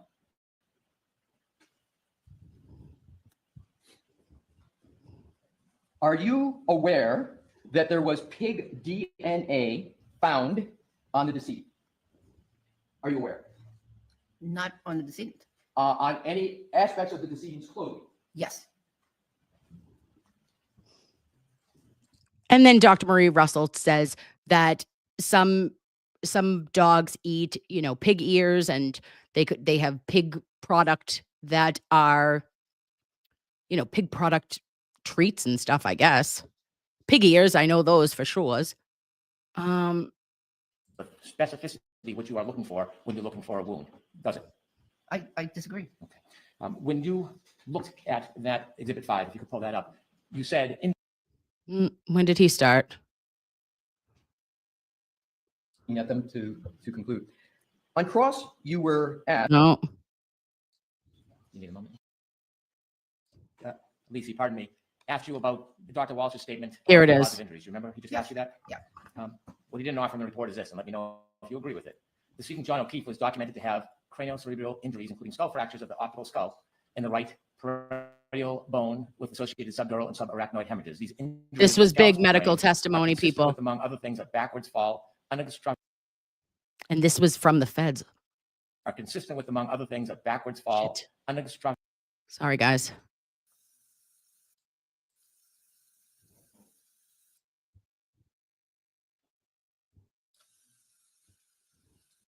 Oh, Lord, Do you agree Kim. with that? Find your home. You're too good for your home. Whoop. Lisi, pardon me, asked you about Dr. Walsh's statement about the cause of injuries. You remember? He just Yeah. asked you that? Yeah. What he didn't offer in the report is this, and let me know if you agree with it. The decedent John O'Keefe was documented to have cranio-cerebral injuries, including skull fractures of the occipital skull and the right parietal bone with associated Parietal. subdural and subarachnoid hemorrhages. These injuries of the scalp, skull, and brain are consistent with, among other things, a backwards fall, unobstructed, unprotected falls due to various reasons and known to result in serious cranio-cerebral injuries resulting in death. Other mechanisms of injury cannot be excluded. Do you agree with Boom. Okay. Just a reminder, babes, when we went over our Dr. Renee Stonebridge testimony, when we're talking about the catastrophic injury relating to death that resulted in parietal bone, fractures, subdural and hematomas and hemorrhages that could have occurred from an unrestrained backward fall. What did I tell you? I said to you, absolutely, that could have come from a fall. But you know what it didn't come from? a fall from 6 feet from a standing position back onto grass. Okay? Onto ground, lawn, dirt, anything. Frozen. You wouldn't even have that kind of catastrophic injury if you were on actual frozen ice on an ice rink, okay? From your standing position down. Now, could you have that kind of injury if you were, I don't know, struck by a blunt object in the back of the cranium? Yeah. How about if you fell out from a first-story window? Yes, because your velocity, your physics, the force in which your mass would hit the ground would be great enough to cause impact, resulting in those injuries. But you know what else they would have caused? Is bruising to other parts of your body. So yes, this Dr. Walsh says it could be. With that, I'm going to allow him to do do you agree with that part that you didn't hear of Mr. Walsh's opinion? Yes, The documented changes in color, swelling of soft tissue around the eyes are most consistent with the medical finding of periorbital ecchymosis, as documented in the autopsy report. We know that. Periorbital ecchymosis is a passive accumulation of blood around the eye secondary to the documented skull fractures. These findings are less It's consistent raccoon eyes. and are not documented as contusions of the eyes. The 1 centimeter laceration of the right upper eyelid, laceration of the anterior right tongue, and abrasion of the anterior and left aspect of the nose are documented, considered nonspecific, and may have occurred through a variety of mechanisms. Do you agree with that? yes. Okay. The two. Ooh, but ain't that some shit? Ain't that some shit that we're talking about a laceration to his eye, injury to his nose, and that he had a laceration in his tongue, to his right tongue. Do you know what happens when you are struck very, very hard in the back of your head?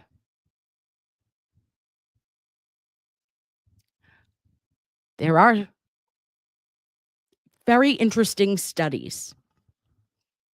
And some of us would know from just life and experience that when you are struck from the back of the head, but not when you are going in motion, right? So if I'm going forward and I'm struck in the back of my head, not me just falling and I'm falling on a stationary an object, i.e. the ground, you are more likely to bite your tongue. Now, they're saying that these are non-specific and they don't know, and how could it be related, and ba-ba-da-beep, ba-ba. There is no connection that is found by Dr. Walsh. But that's so interesting because it was never even mentioned. Never even mentioned by Justin Rice regarding his tongue. Never mentioned about his right occiput, the 2.5-inch laceration was never brought up by the ER physician that was trying to save his life. Wasn't documented. There are so many things in this case that make you go, I feel like I get deeper in the shit all the time. 2 red contusions on the dorsal aspect of the right hand were documented. The hand injuries may represent an injury sustained during an unprotected fall in which the back of the hand impacts the ground. These hand injuries are nonspecific and may have resulted from impact of hand with any blunt object. Oh, and this is interesting. So to every asshat during the first trial who told me that the ecchymosis to his right dorsum of his hand, okay, was caused by a IV being inserted, you were wrong. Okay, as usual, I told you.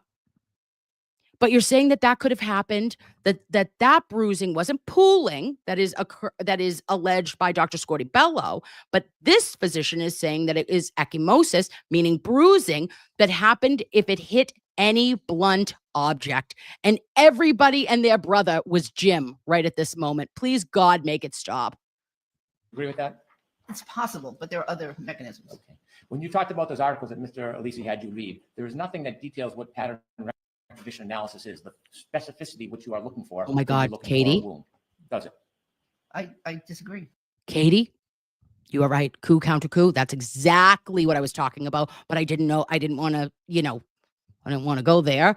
But we should go into. We should do a show on specific patterns Okay. and pattern recognition. When you looked at that Exhibit 5, if you could pull that up, you said individually, none of those wounds could you say to a reasonable degree of medical certainty were caused by a dog. It's only if you looked at them collectively. Yes. Okay. When you look at those collectively, it does not tell you the order in which the wounds were incurred, does it? No, It doesn't tell you if they're all incurred at the same time, does it? they would have occurred around the same time. I can tell you that. Yes. But they don't tell you the order, the chronology, do they? No, Quick question, Hank.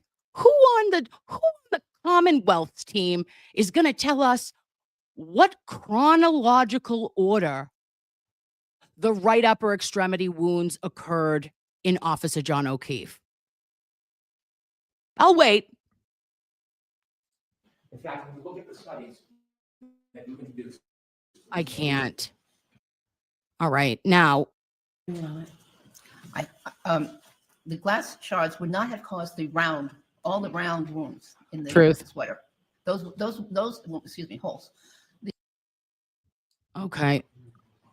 Okay, now, all right, now our Counsel homegirl's can- leaving. I just got to he needed 10 minutes and then hold, please. I got to, we missed you, babe. God, I could have kept this on. Maybe we should just fall asleep together tonight. We could do some bedtime magic with the OnlyFan. Now that we still feel as yucky as all hell and we want to wash off that negative energy and that shit talking. Okay, just watch that OnlyFan. Think about better times, okay? Joy of not having to hear Adam Lally speak.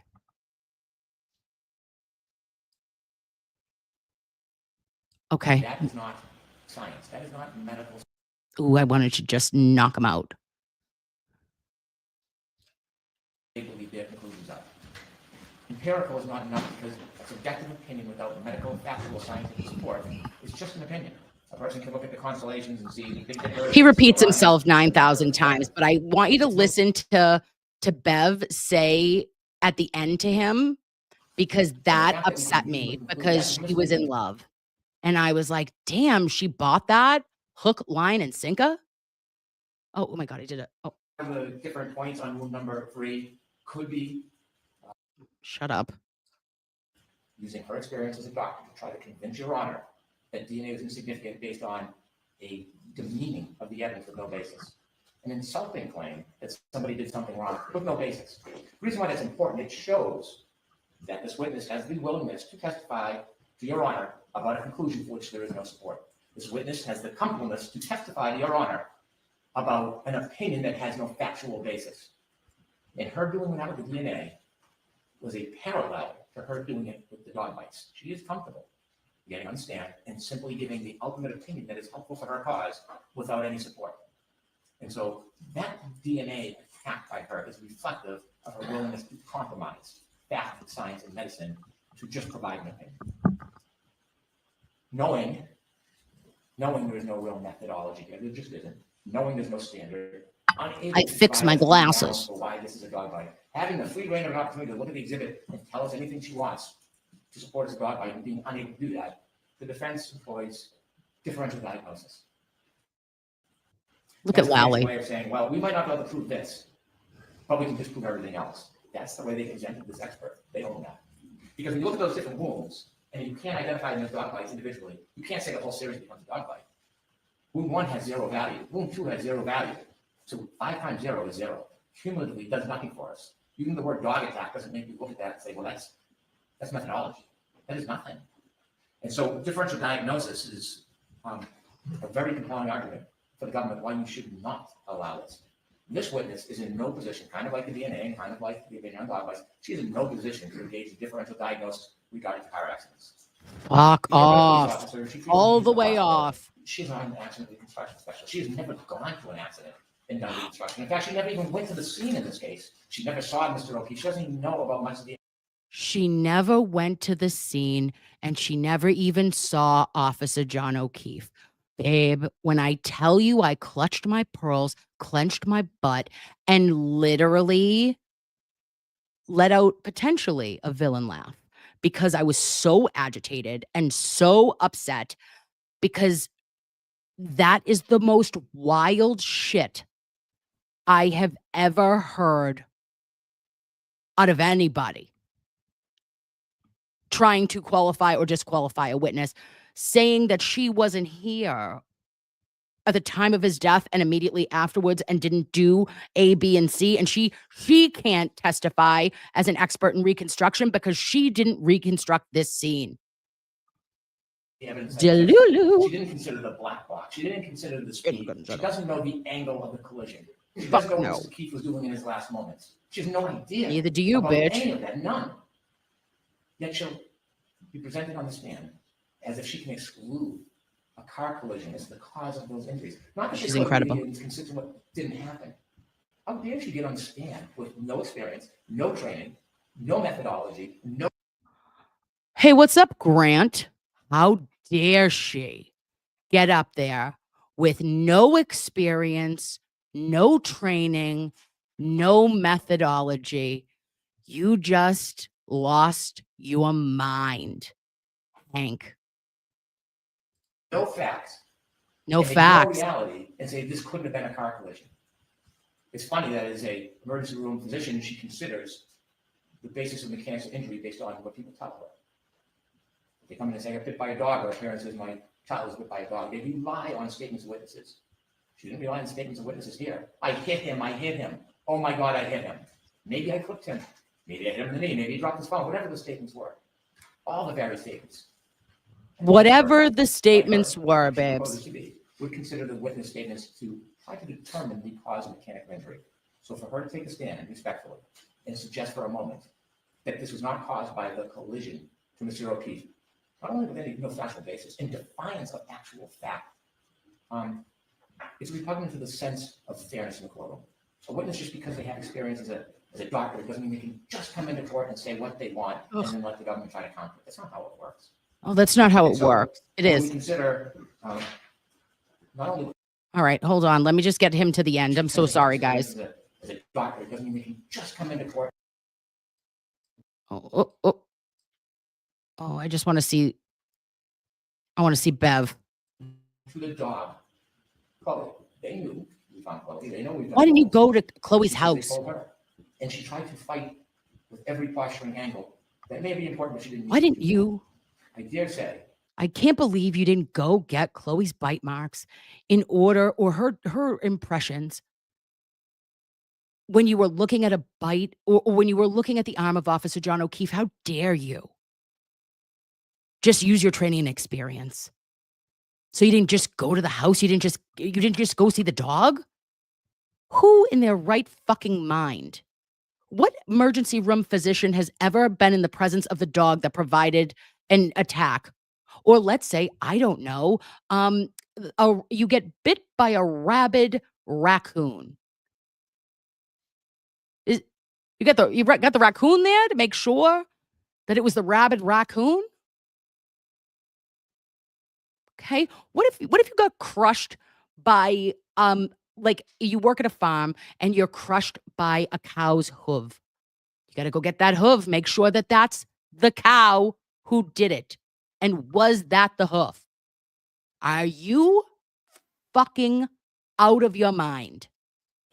If she had taken some steps, Oh, some to try to steps. do due diligence, it wouldn't have ended well for her theory. Perhaps that's why she didn't. She doesn't have to call. Had she taken those steps, it wouldn't have went well for her theory. So you are stating right there in open court that Dr. Marie Russell is a liar, that she is a fraud, that she is bought, that she is a fake. And that had she done these additional completely outlandish and nonsensical steps, it wouldn't have gone with her theory, and that's why she didn't do it.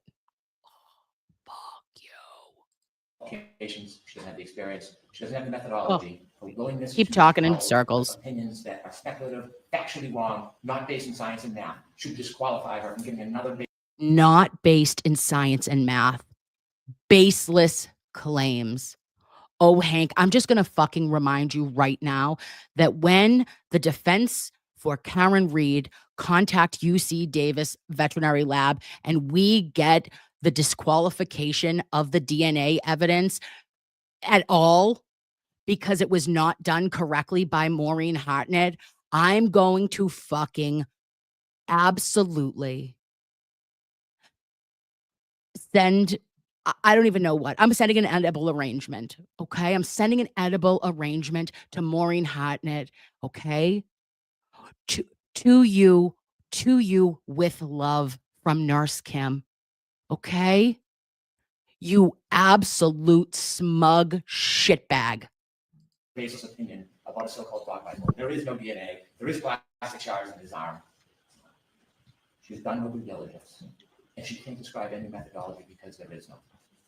And she, most importantly, has changed her testimony from Karen to Karen, and we should not let that happen again. Thank you. Thank you very much. All right, Mr. Leslie. Oh, I'm sorry. Oh, I'm sorry. Have you heard her speak that gingerly to anybody else? Thank you very much.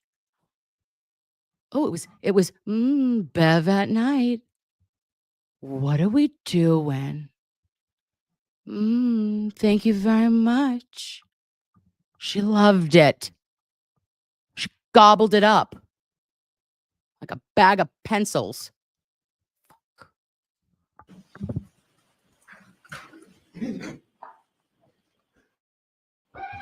The greatest danger to the issues in this case, the greatest danger to a defense right to a jury trial and present its witnesses to have an entire motion supported by nothing but the assertions of an attorney on the other side.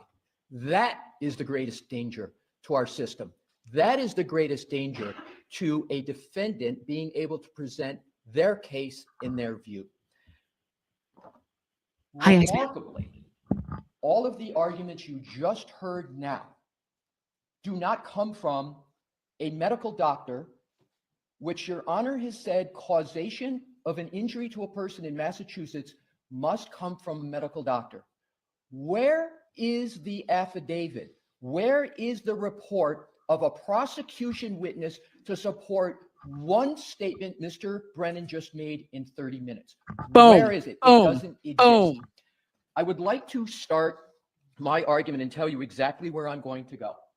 God, I I'm love going him. to I go love to him. why we're here and what the He's issues are. adorable, but we're just gonna, when he's given us the outline. Much more of her qualifications, much more than were adduced when Your Honor first found that Bam. finding and made that finding. So let's start with the law.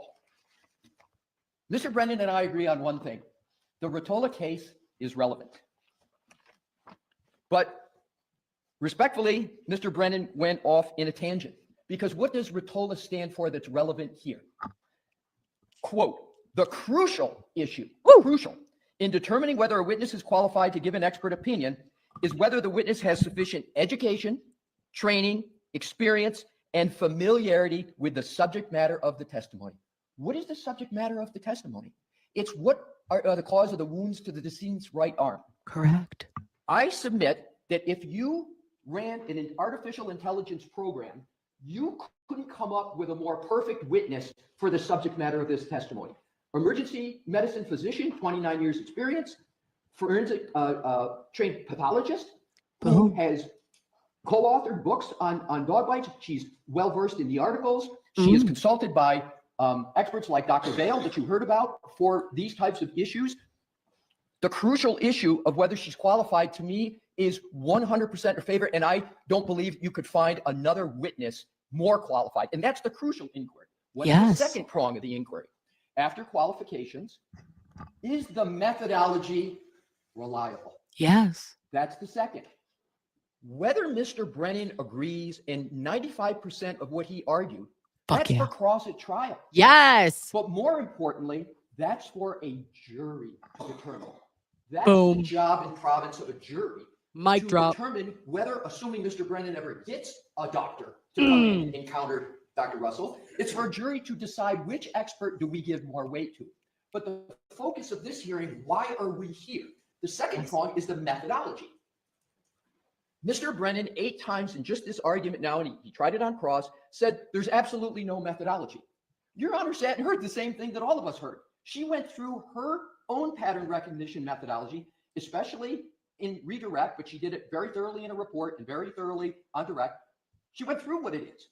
And importantly, counter to what the Commonwealth just said, she says it's rooted in the medical literature. We just heard the statement that there's no support for it. Munich and Pollock. And we walked through, with your Honor's gracious indulgence, we walked through specific sentences and paragraphs where that pattern recognition methodology is stated. And here's a key. Remember, please, the word pathognomonic. This pattern is so specific that it almost by itself rules out anything else. That's the definition of pathognomonic. And that's the definition. And Dr. Russell used highly characteristic, but she did note and explain what another God bless you, study said Peg. was pathognomonic. It's incredible to me that it can be stated that there's no methodology here and that there's no basis for it. It is generally accepted in the medical community. He's That's thinking. the purpose of the Pollock and the Munich article, is to establish that it is accepted. Dr. Russell is not coming here to the court and just testifying, it's my subjective empirical statement. Mr. Brennan tries to do in his argument exactly what an expert rejected and for which he has no support. And that is to say, we got to look at these wound by wound by wound. And he said 0, 0, 0, 5 times 0 is 0. He tried that on cross. Dr. Russell rejected that resoundingly. She said, She you're does look missing the tired. point. The point is the pattern.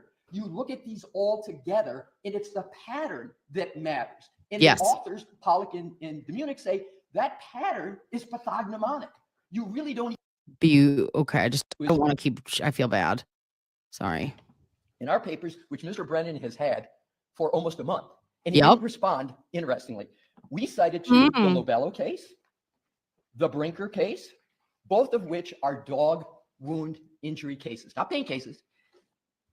I know a little bit about Lobello because I know a little bit about the firm that sponsors I'm the Nurse Kim. expert in Lobello. It's my firm, my law firm. And Here it is. The exact argument that Mr. Brennan just made was expressly rejected by the court on a dog bite case. A dog bite case. Bitch. Here's what the court said. The court finds that Dr. Sirota qualified as an expert on the presentation. This is on Westlaw page 10. The court finds Dr. Sirota qualified as an expert on the presentation, treatment, and medical sequelae of an attack by a dog. Here's the key. As explained in his expert report, Dr. Sirota has personally repaired thousands of wounds and lacerations, including wounds and lacerations caused by dog bites. I loved that because Elise was like, absolutely not. I know this like the back of my hand. And he gave himself a small chuckle. And he's authored a number of peer-reviewed articles in the areas of his certification, et cetera, et cetera, et cetera. And so there is a dog bite case from the Southern District of New York, not an insignificant court, as recent as 2023, saying a doctor that sees and treats all these, that's reliable. And this was a Daubert challenge, Your Honor. This wasn't an incidental question. The challenge was defendant's motion to preclude expert testimony, albeit federal rules of 702, but we know in Massachusetts it's Daubert, Lanigan. You can satisfy Daubert, the federal, but you also Lanigan, and under Davis, you can have generally accepted in the medical community as well. There's one case. Another dog bite case, we cite Brinker, that Mr. Brennan didn't address, is a federal court case in Indiana where same challenge to a chest, doctor, babe. About the cause, and it was italicized, the cause of the injury to the person there. And the court basically said in that case that this expert here, and they challenged the causation issue, said that doctors who have experience in treating them, that's enough in and of itself. We don't need to go into, we know Daubert's flexible. You don't have to use all 5 factors. They're called non-exclusive factors for a reason, which is a good segue now to Massachusetts cases. The fuck was Christina watching? Mr. Brennan's hypothesis is Bev is that so you done. can't just have somebody use their years. and Oh, you're years so of mean. experience. You've got to have something more complicated. We cited the Goodman case, a Massachusetts case, and I'll read the relevant portion. The challenge in that case was to a burn pattern. So it's not a dog bite case. I want to be clear about that, but it's a burn pattern. And here's what the court said. The foundation for Slowick's methodology, that was the expert here, was simplicity itself. Examine the exterior of the facility for external causes, and finding none, examine the interior of the building to locate the origin of the fire by following the burn patterns. And the Boom. court put by following the burn patterns in italics, not me. And so the court basically said, here, it's simple. Just look at the patterns. This person has experience with seeing these patterns. God, you know, that's so smart too. I didn't even think about that. Guys, if we think about our burn patterns, right? The rule of nines for when you are in, and I'm just like just nursing, right? It is so imperative for us to follow patterns and to see where we would know how something like, God forbid, if there was, I remember of a ramen noodle, a very hot ramen noodle. I had a McDonald's coffee. For splash pattern burns, second degree burns. I had another patient who there was smoking with O2 tubing on. Okay. There are specific ways in which we determine, and this was another pattern following, pattern recognizing methodology. Next case we cite, another Massachusetts case past Boom. year. What's the issue there? Not a dog bite case, I've already given you two, but a firearm examiner in that case. The court said, and I'm going to quote, a judge may also look to his, let's get it correct, her, for this case, own common sense, as well as the depth and quality yeah. of the proffered expert's education, training, experience, Oh my God. read on, to determine reliability. All right. So even in situations where Sorry, guys, I'm just gonna boop. very articles that Dr. Russell relies upon for the Yes. pattern methodology. So again, the waywardness of the Commonwealth's argument is they're not addressing the need to have a medical doctor. We are not. Let's take a moment here, guys, and just look at AJ's beard. Do we think that he shaved it like that, or does our boy get a little mutton chop-ish? Okay, we got a full head of hair and just a wee bit of a white trash mutton chop. If that's what that is, I'm into it. Not here arguing over whether the dog behaved correctly. We are here to determine, and this is the focus, what is the medical cause of the injuries to the decedent's right arm? And what we have done, perhaps too thoroughly, is we have established the credentials of Dr. Russell, not only with regard to dog bites, but with regard to medical causation, a broader umbrella. And under that umbrella of medical causation is expertise in dog bite wounds, expertise in motor vehicle accidents, but importantly, expertise in wounds caused by motor vehicle accidents. We never presented her as an accident reconstruction, because if you need to be a medical doctor to be able to opine on these wounds, I've established through Dr. Russell, and it's unrefuted by the Commonwealth, that Dr. Russell has never heard of someone who's an ER doctor who is an accident reconstructionist. They're two different disciplines. And lastly, on this point, before I move to my next, if an accident reconstructionist is going to come in and try to testify about the nature of if she never got the opportunity at the June 21 trial to answer the question of whether she had that opinion to a reasonable degree of medical certainty, because Mr. Lally objected, as is his right, and Your Honor sustained it and sustained it and sustained it. That's yet another reason why it's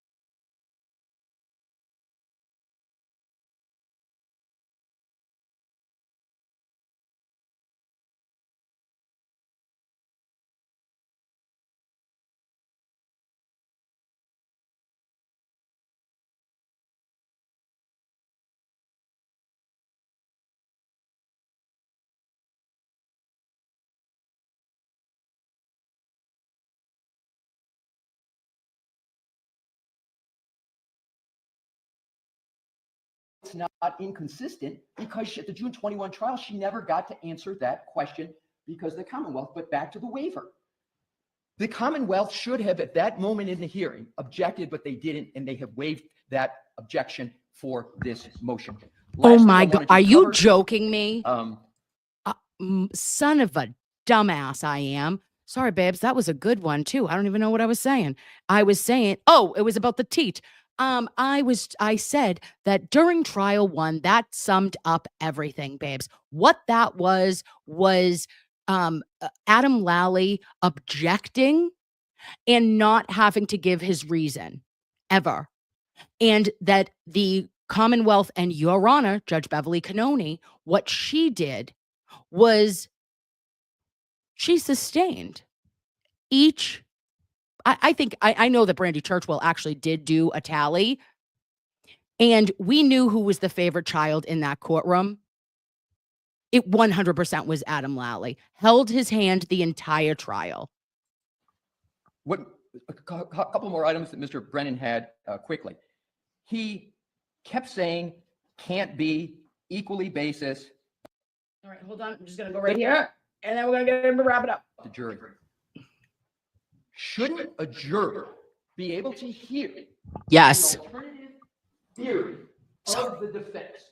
Shouldn't the jury have that information so that justice can be served, so that the best decision can be made about whose theory about these injuries is right?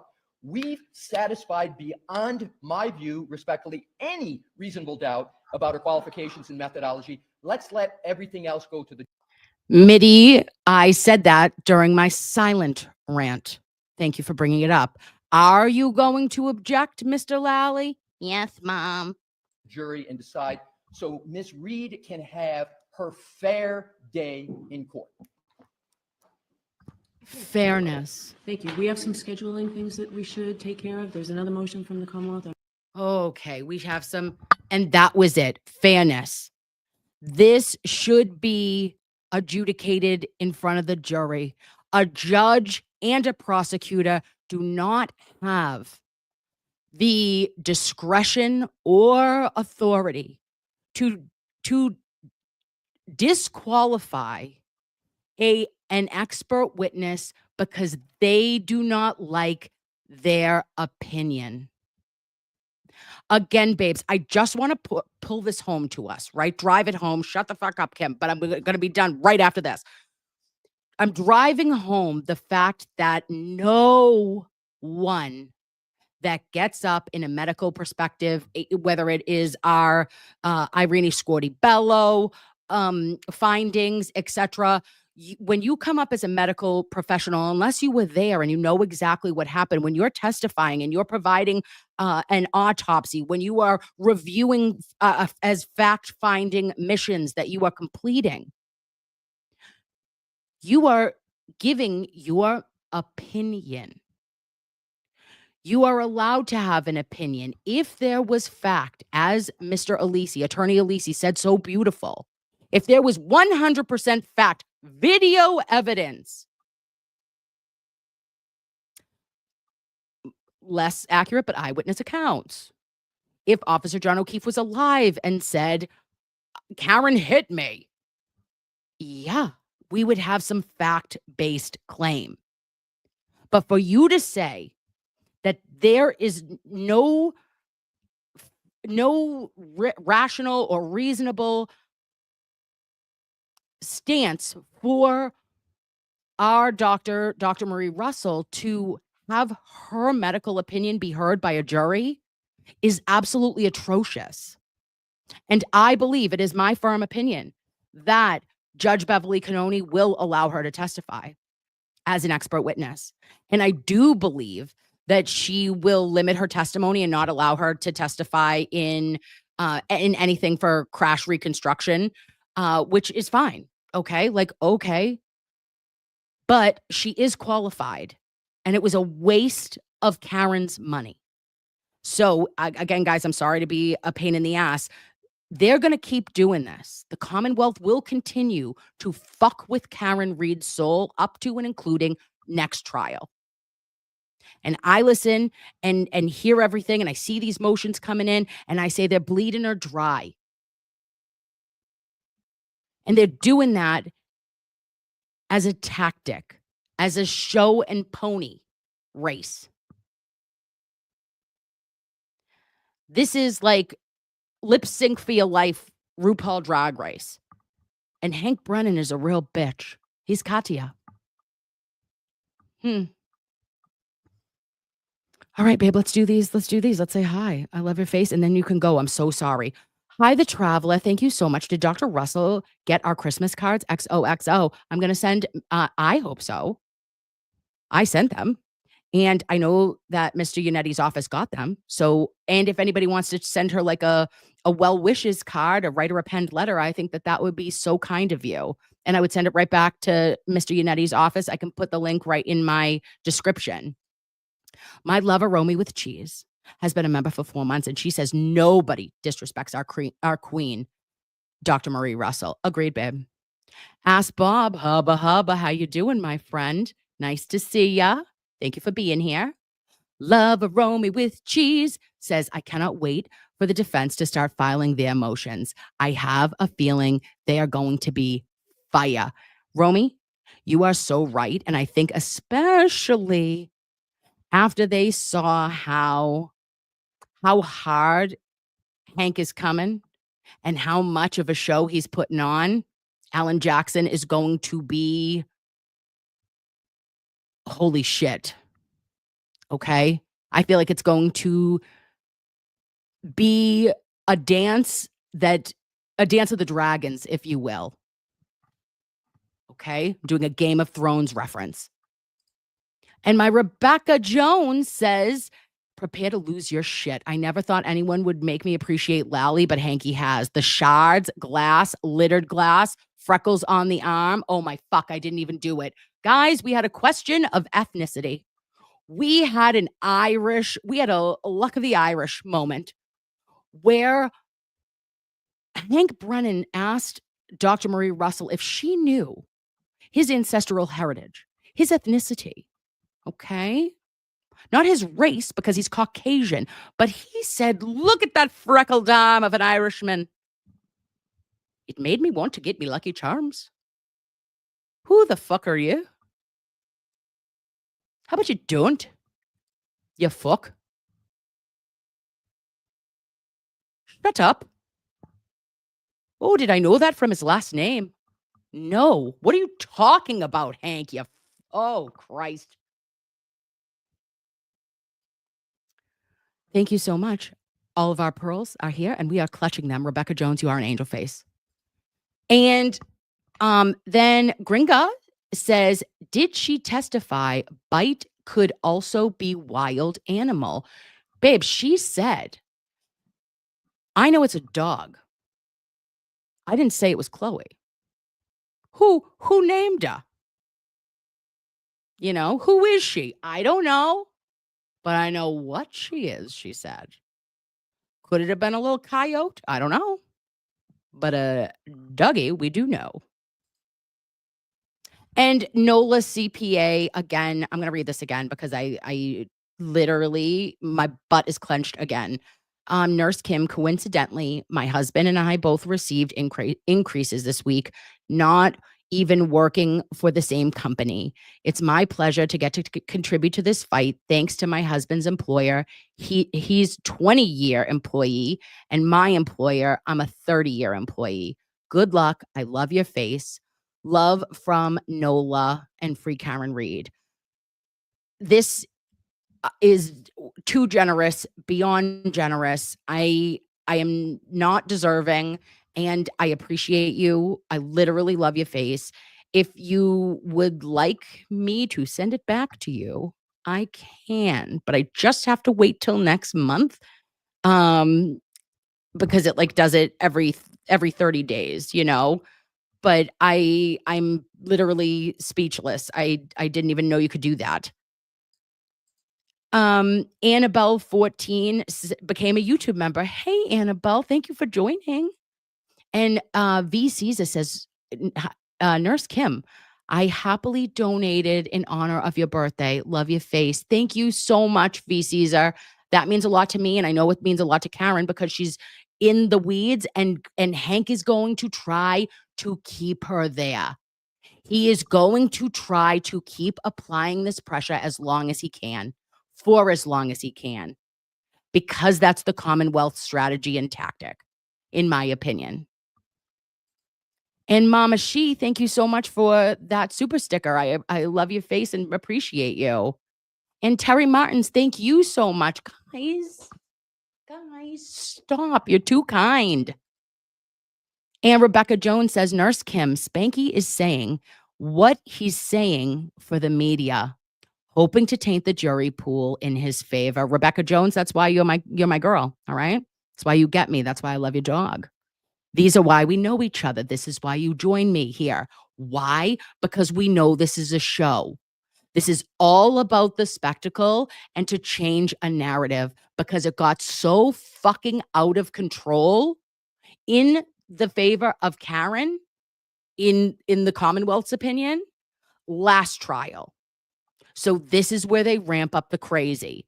And this is where he says, I'm going to try everything in my power to drain her financially and to discredit her experts. Remember, this is a woman who put on 6 witnesses in a 9-week trial compared to the Commonwealth of Massachusetts 68. And still they couldn't convict her. Ooh. JK, LMNOP. Oh, hi, DJ. If someone you get paid for, wait, what? If someone Vu get paid just for being cool and dope, Nurse Kim would be a millionaire. Love you, homegirl. I love you, DJ. Thank you so much. And Love a Romy with Cheese says, thank you for going over this with us tonight, Eunice. We love your face. What is Eunice? I'm going back now. I'm going to have to watch the chat because Jimmy taught me how to do it 2 weeks ago. I've never been the same. Babes, if you don't know, you can go onto a YouTube and you just do this, right? Because like the regular comments are right there. You go like this, right? And then all of a sudden, from what happened on the stream is in the computer. Stop it. Eunice.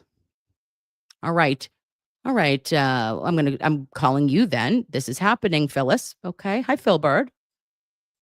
And our Jagged Little Tooth, Jen McRib's debut album. A Jagged Little Tooth. I love that. Would have bought that album. Handed out a non-consensual Nurse Kim membership. And another one. Thank you so much. And Nick called Kev Plevin on Court TV. Shut up. KLM, did he? Confirm in the chat if he actually did that. If he did, I'm donating $100 to Karen Reed Defense Fund. Shit. I didn't know he was going on tonight, the little shithead. That's hilarious. I cannot believe, and I missed it. All right, all of us, we've got a belly up. Whoever said we were doing it, get your asses in the defense fund. I'm going right after I get out of here. Fudge. We're going to call it the Plevin. I got to see it, though, IRL. Did he do it with a heavy P? Did he Plevin? Oh, my God. Oh, it's so good. And then Gray Space says, your outrage makes me feel less insane. Listen, babe, listen. If you are into emotional, but also loving, kind, and educated nurses, I might be your channel. Oh, don't forget me. Hades and I are waiting. Oh, gosh. Son of a grifter. Oh, Lord. Okay, let me drop the chat. Oh,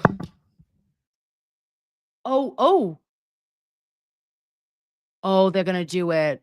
Oh, you did it? You friggin' did it? If I drop the link, will you come on? Tell me everything. I want to know exactly how it happened. Nikki haircuts. I want the question. I want you to tee it up for me. I need to know everything. Get up here. I'm dropping the link. Let's go, boo. Oh, please. How do I do it? All right. I am inviting. Copy. I didn't, babe, I've been live. I'm very proud of you, but I want you to tell me play by play. Did it come up as a thingy thing? Is the link linking is the question. The flute has been blown. The flute has been blown. Oh, it's happening. Hi. Hello, lovey. Oh, Hi, let me everyone. remove this. Hang on, let me show you Hades. Hades. Do you see everybody?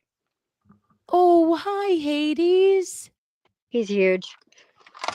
So He's a thank you very baby. much for having me on. Sorry, I look like a hot mess. Oh my gosh. Listen, lovey, you look gorgeous. I do too. What are you doing, dude? Do you see everybody? So Hades is my Dutch Shepherd. He's canine trained, and the amount of blacked out moments I had today, unreal. Like, oh my gosh, you have no idea. I was losing it when he was talking about the bite marks and everything else. I also have a Belgian Malinois, so, and 16 Mallee Dutch grand puppies. So I have they don't all live with me. They all live in their puppy parents, but I have a lot of canine experience, especially from the military too. And we got to protect Queen Dr. Marie Russell. That's all I got to say. Absolutely. So, yeah. Absolutely. So what I was going to say, what I want people to understand is the fact that, hang on, let me see. I have my ring light in the car, you know. Oh my. Yeah. So I'll see if I can show you his teeth. Can you smile, buddy? So he does bite work quite Ooh. often. But because of the bite work stuff and toys, and he plays really rough. His bottom teeth, crap, I forgot what they're called. But the sharp ones have kind of nubbed off, so I'm gonna get him titanium teeth. But that's happened over the last year. So Dr. Hank Brennan, wannabe doctor, is full of shit, saying that they got a mouth impression. First of all, I don't believe that for anything. I also don't believe that they could produce her, and I also don't believe the fact that they'd be like, oh yeah, her chip. It is so easy to take chips out and put chips in, and I want to see the paperwork if they do, because I have a lot of forensic accounting, like anti-fraud. I'm not an accountant, but I've been a loan officer and things, so I'm used to looking and matching fraudulent type stuff up and being able to kind of tell. I would love to see that paperwork as well. Oh. I mean, and I'm sure you were just losing yourself today. Yeah, I just I just felt it was so performative, and it was so it just wasn't based in reality, and then to say that she was baseless was hurtful, you know? I don't like it. Oh yeah, for sure. And also I'm a thespian. I grew up in theater and stuff like that. We don't want you in theater, dude. It was awful. It was awful. And I don't understand. I guess my thing is that I live in Chicago. Hey, Mary Malarkey. By the way, I can't see the chat, but she and I need to get together. So we can do Diddy Machine things. And Absolutely. we have Kim up. You and I will have to talk. I have to tell you a story about my personal dealings with the FBI and corruption and stuff like that. To be blunt, I almost died because of their BS. And so that's another reason why I'm so I love this community, and I love being able to be your moderator, number one. I really, really appreciate doing that, and I really love it. I really appreciate you. But the community here is just so we have so many strong women, and I appreciate that. And I wish I said this last night on Young Jerks. I said I wish I had, like, when I was going through all my stuff, which I'm still going through, I wish I had the just community that is there. I mean, like, the fact that poor Karen, I feel so bad for her. And the fact that also people don't talk about this. She is with her job because she has financial services. She has to pass background checks. She has to pass certain things. And the fact that people don't get that, even when she is acquitted, she will always have to put on her background checks why she was arrested. And like, I just think about how this will always stay with her as an experience, obviously, but like this affects her livelihood. And I would love to just talk numbers with her for like an hour. You know what I mean? And just like Yeah. learn from her. And it just I just, sorry, I'm kind of rambling. Unfortunately my animals No. today, but also, and we can talk more about this, but I have personal experience with ARCA because I was deployed to Afghanistan, and when I got there, I was in the bomb squad unit. So 3 EOD techs, Navy EOD techs, were in an MRAP on a mission, and they died. They burned alive in their MRAP because the ARCA technology was not installed on that. So, and ARCA technology went in on it, went in on all of our trucks after that. So like, Oh, okay. people, So they didn't have the Department of Defense contract at that right, time. right, Okay. right. So I was literally personally in charge of $32 million of equipment and getting our trucks fit updated. And I forget exactly the specifics of what the ARCA technology did, but had to do with the seatbelts and stuff like that. Because like I said, these people burned alive because they hit an IED. And like, so people that keep saying, oh yeah, ARCA doesn't know what they're talking about.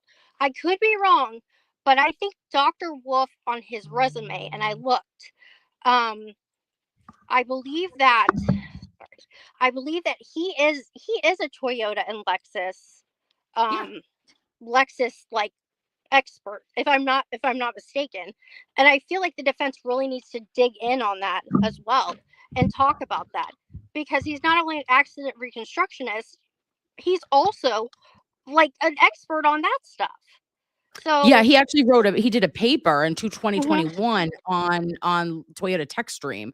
And that's why actually Adam Lally was bullshit, because he didn't like have the Toyota Tech Stream. But what Dr. Wolf was trying to say mhm, was that doesn't matter. Like, it didn't yeah, matter because of the actual vehicle, but I understand that, and I would like him to look it over. I'm like, "Give it to him. Give yeah, it to him." And yeah, then we'll have the actual Lexus, Toyota Techstream expert yeah, give his opinion on that. Now, however, is that gonna cost more money? Because that wasn't asked. That wasn't the ask of the FBI. The FBI solely asked, did this accident occur from a vehicle, right? mhm, Like, yep, and this is the information. The only thing that like people forget too is that Lexus tech stream data wasn't requested by Trooper Paul for an entire fucking year after Karen was already arrested. So we need how to did get, you, how sorry, did you how did you even get this, like your probable cause, your warrant, your indictment, all the shit, when the only thing that the jury really took into play was, well, it went back at 24.2 miles an hour for 62 feet, and it mhm. allegedly looked like a pedestrian strike. But they didn't have that for a whole year.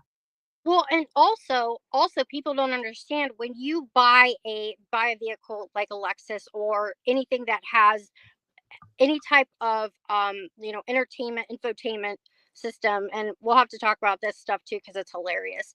Um, your data is sold to multiple partners, not only your Third insurance party. company, but Yeah. any advertiser that they have a partnership with. And a lot of people don't look at their privacy, like their privacy contracts. I do, because Mm. I'm a psycho about that stuff. But like, if there was any type of wreck, it would have gone, it not only, it's not just in a chip, the data would have been sent to multiple other uh places of entertain of um data Yeah. capture. And so like, it's just people, the amount of people who spend their time online just embarrassing themselves is Mm, unreal. And I wanted to tell you, I am so sorry for any trolls and things like that that come for you, because, well, first of all, they're idiots, but second of all, you are a badass bitch, and you are somebody who has a kind heart, who just wants to help people. And I'm sorry I'm gassing you. Actually, I'm not sorry I'm gassing you up. Like, the fact that I remember the first time I ever saw you was on Papa Sean's thing, and I was like, I want to be that girl's friend. She seems really, really cool. And then I downloaded TikTok because of you. ah, And like you also have like Jimmy and OB and everybody else that is a creator that, like, I don't understand why people spend all their time just trying to break people down. It's like yeah. you are living in somebody's basement with Cheeto covered dust keyboards with Chat GPT comebacks or whatever. And it's just like, I just want to tell you, I'm 100% here for you. I will be your security team if you ever need me.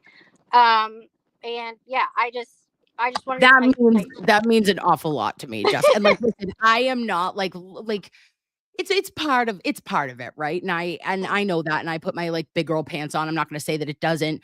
It hurt my feelings a lot in the beginning, but it just like now I try my best to be a like not engage, but every once in a blue moon, I'm like sometimes it is you can only take so much while people think that they can say whatever they want and attack your livelihood, attack your job. Like, I just do this because I love to talk to my best friends from out of town.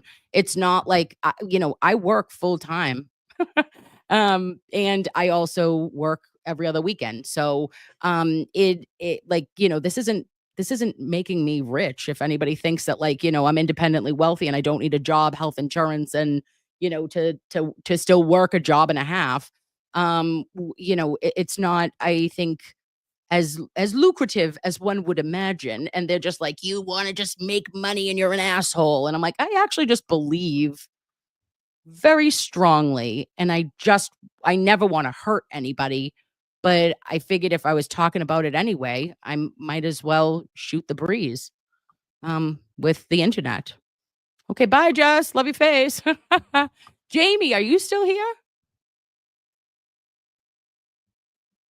Oh no, it's just me. Okay. No, I'm here. I have no Oh, idea. I feel like a stalker.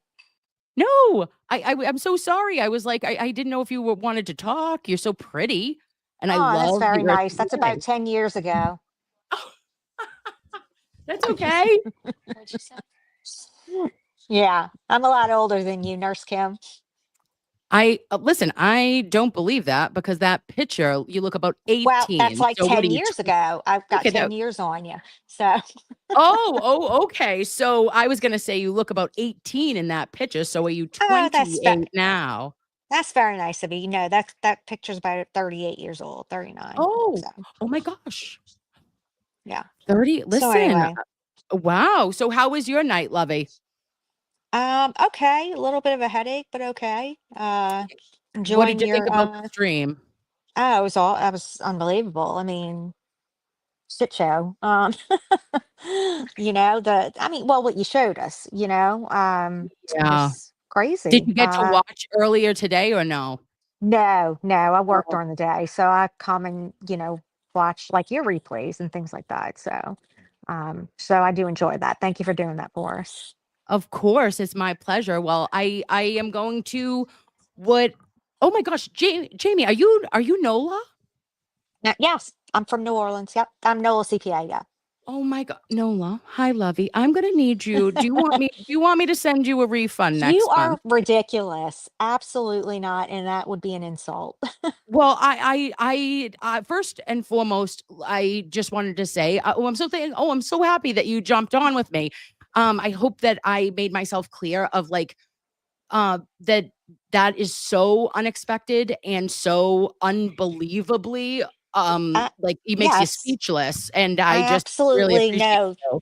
Absolutely no, it's unexpected. I'm here out in Louisiana. Would love to be a part of it in Massachusetts, and it's sad that I really can't. I would love to be out there, I really would. But so that's just kind of my way to contribute, if you will, to everybody else doing the hard work. Oh my gosh. Well, that is just like beyond a blessing, and it really means a lot to me, and I'm still going to continue to just have you just think about it. Oh, If stop. you You need need to me, stop. I would love You need to to stop. You need to stop. give you a Seriously. refund. I was like, she must have pressed the wrong button. No, what were you celebrating? What did you say? It's my 39. It's going to be my There 39th you go. birthday. Well, there you My go. There was gosh. intention. That is just it's beyond, and I'm Yeah, sorry that I'm not you don't even need to um worry about it. Let it go. I mean, don't even worry about that. well, So, I'm so glad though I got to talk to you, and that you yes, and absolutely. thank you for watching and coming to like my house and like just hanging It's out your with me. You house. are You're funny. literally one of my best friends from out of town. You're hilarious. I mean, I really felt like I was a stalker. I'm like, how did I get on this show? I don't understand. I just clicked the link, and all of a You sudden I'm click up that link, here. girl. Yeah, but everybody else is in a chat. I don't get it. I'm like, why am I just the only one here with these other people? And I'm like, how do I get out of this? I feel like a stalker. Listen, listen, babe, it was a tiny VIP, okay? If you donate $3.99, you host a You, fucking show, you okay? hilarious. I don't Yeah, I could know. never. You just But come up here for the next month and you just speak when you'd like to, okay? I don't know how this goes. I'll be like, oh, I owe you, so you could do whatever you'd like to. You run the channel for a month. yeah, you're funny. I could never. I don't have the talent. But I could do your taxes or anything like that. Oh, listen, your girl always listen, I probably should have I shouldn't be doing a TurboTax anymore. But Right, you're funny. I am going to, I don't know where Auntie is. Auntie's not Okay. here. So Oh wait, she um just showed up. Wait, Auntie Deb. Is that who where? you're talking about? I don't know. A super chat. Megan Easton. I'm gonna play it in a Yeah, in second. a second, but I'm gonna I don't just know what jump all that off. means, honestly. Yeah. Yeah, she's gonna play what in a second? Christ only knows. Girl, I need a link. I put it in the chat, Deborah. Oh I my got here. God. Oh my God. Oh, you need another link. Hold, please. How do I do this? Invite, copy. All right. If she gets in here, because listen, here's the thing is I don't know ever what I'm doing. Well, you just I put it get in lost. there and I clicked it and then it told me I needed to go on a browser in Safari or something. And so Oh, then she I says did that that. she says the chat goes on and on. Yeah, I don't know.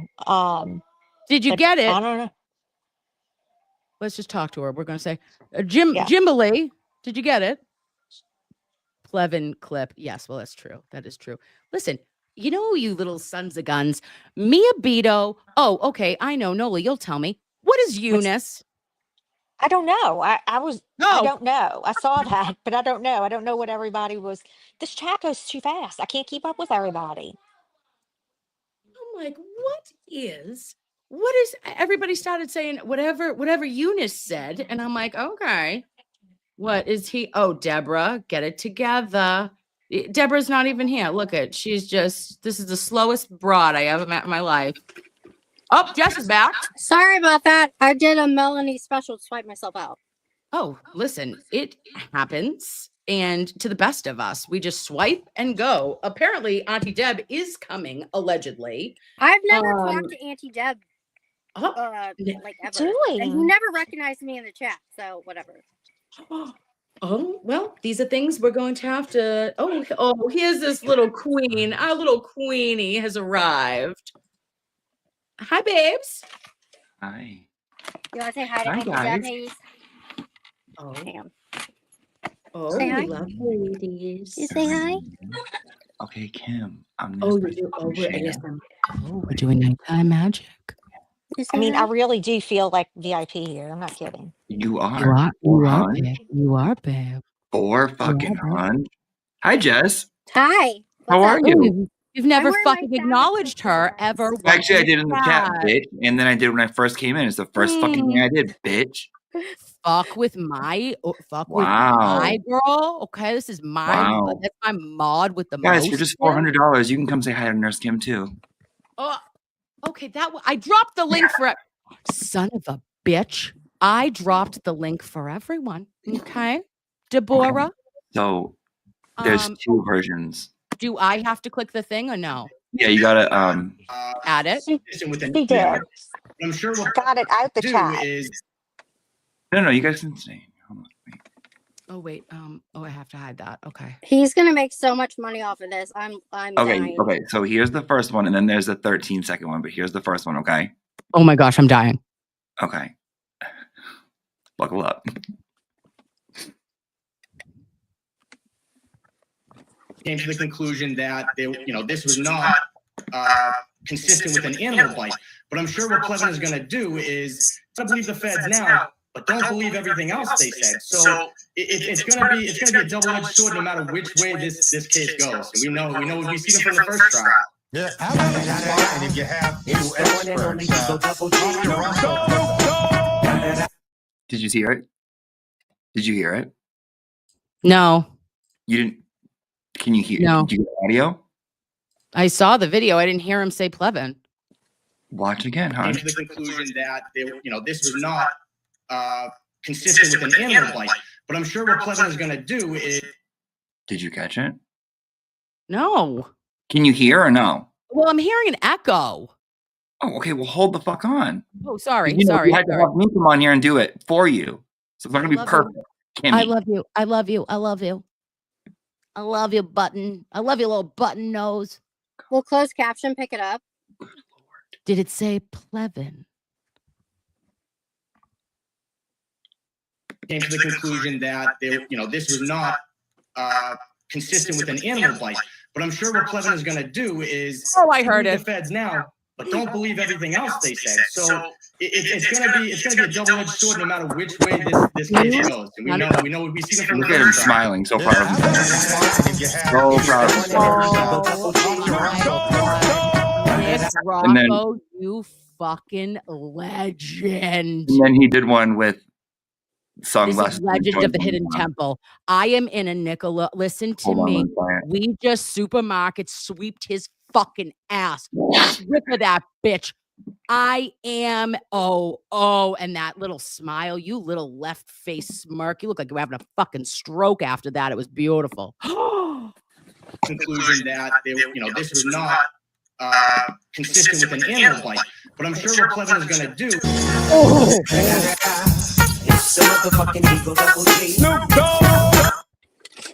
Okay. Did you post it? Where have we posted that? No, not yet. That's We the can't man do it that's yet. gonna be giving you a perm. Listen, Look at that little Perminator. He can give me a perm. My mom's Oh, a shit. cosmetologist. I'll let him burn That's my hair. assault. all right. I love it. That smirk. Wait a minute. Do one more time. Look at Ice Yeah, Cream. you New. want it one I'm more time, sorry. yeah, I'm yeah. sorry, Jimmy. I have no idea. I'm hiding the comment. I should never. Is it Oh, echoing? my Okay, God. so can't maybe like because Oh, I shit. put my Let me microphone hide off when I this play too. it. Okay. So All right. yeah. All right, microphone off. Wait, what do Ready? you want me to do? You want me to mute you? Mute everyone. Mute everyone. Okay, got it. Bye. Yeah.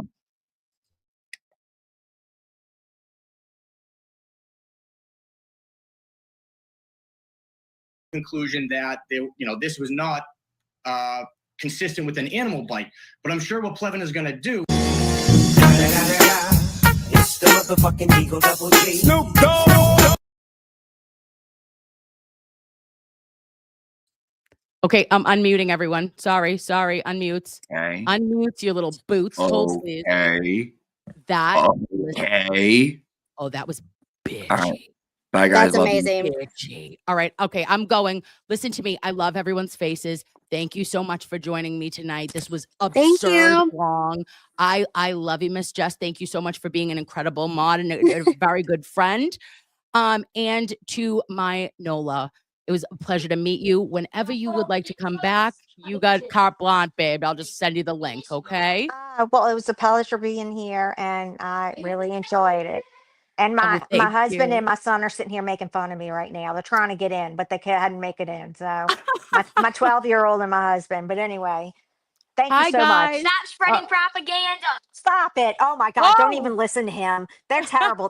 They think I'm crazy because I'm free Karen Reed and all this stuff. They think I'm nuts. But anyway, Well, no. listen, just keep watching, guys, and you make your own decision. We don't need to, No, you can they don't. agree They're or not against disagree. it. They're not against Yeah. it. They just think I'm nuts that I'm all into it. So, and then my son will just make up stuff and rile me up and say she's guilty. And he knows Oh, nothing about the case. Guilty. He knows nothing about the case. It's terrible.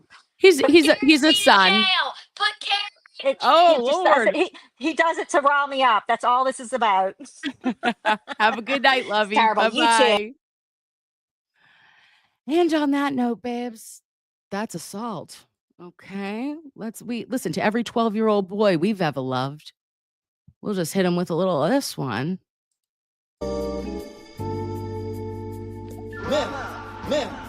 MC Lunchbox, 2 X's. That's assault. Rape. Drop that chair. That's assault. That's assault. Love you, Parksy. Rape. All right, babes. Drop that chair. Listen to me. I love your faces so much. I'm so sorry this was incredibly long, but I hope I played some parts that actually were as pertinent of the cliff notes that we could get through. Okay. Have a great night, and I'll talk to you soon. Thanks, guys. Bye.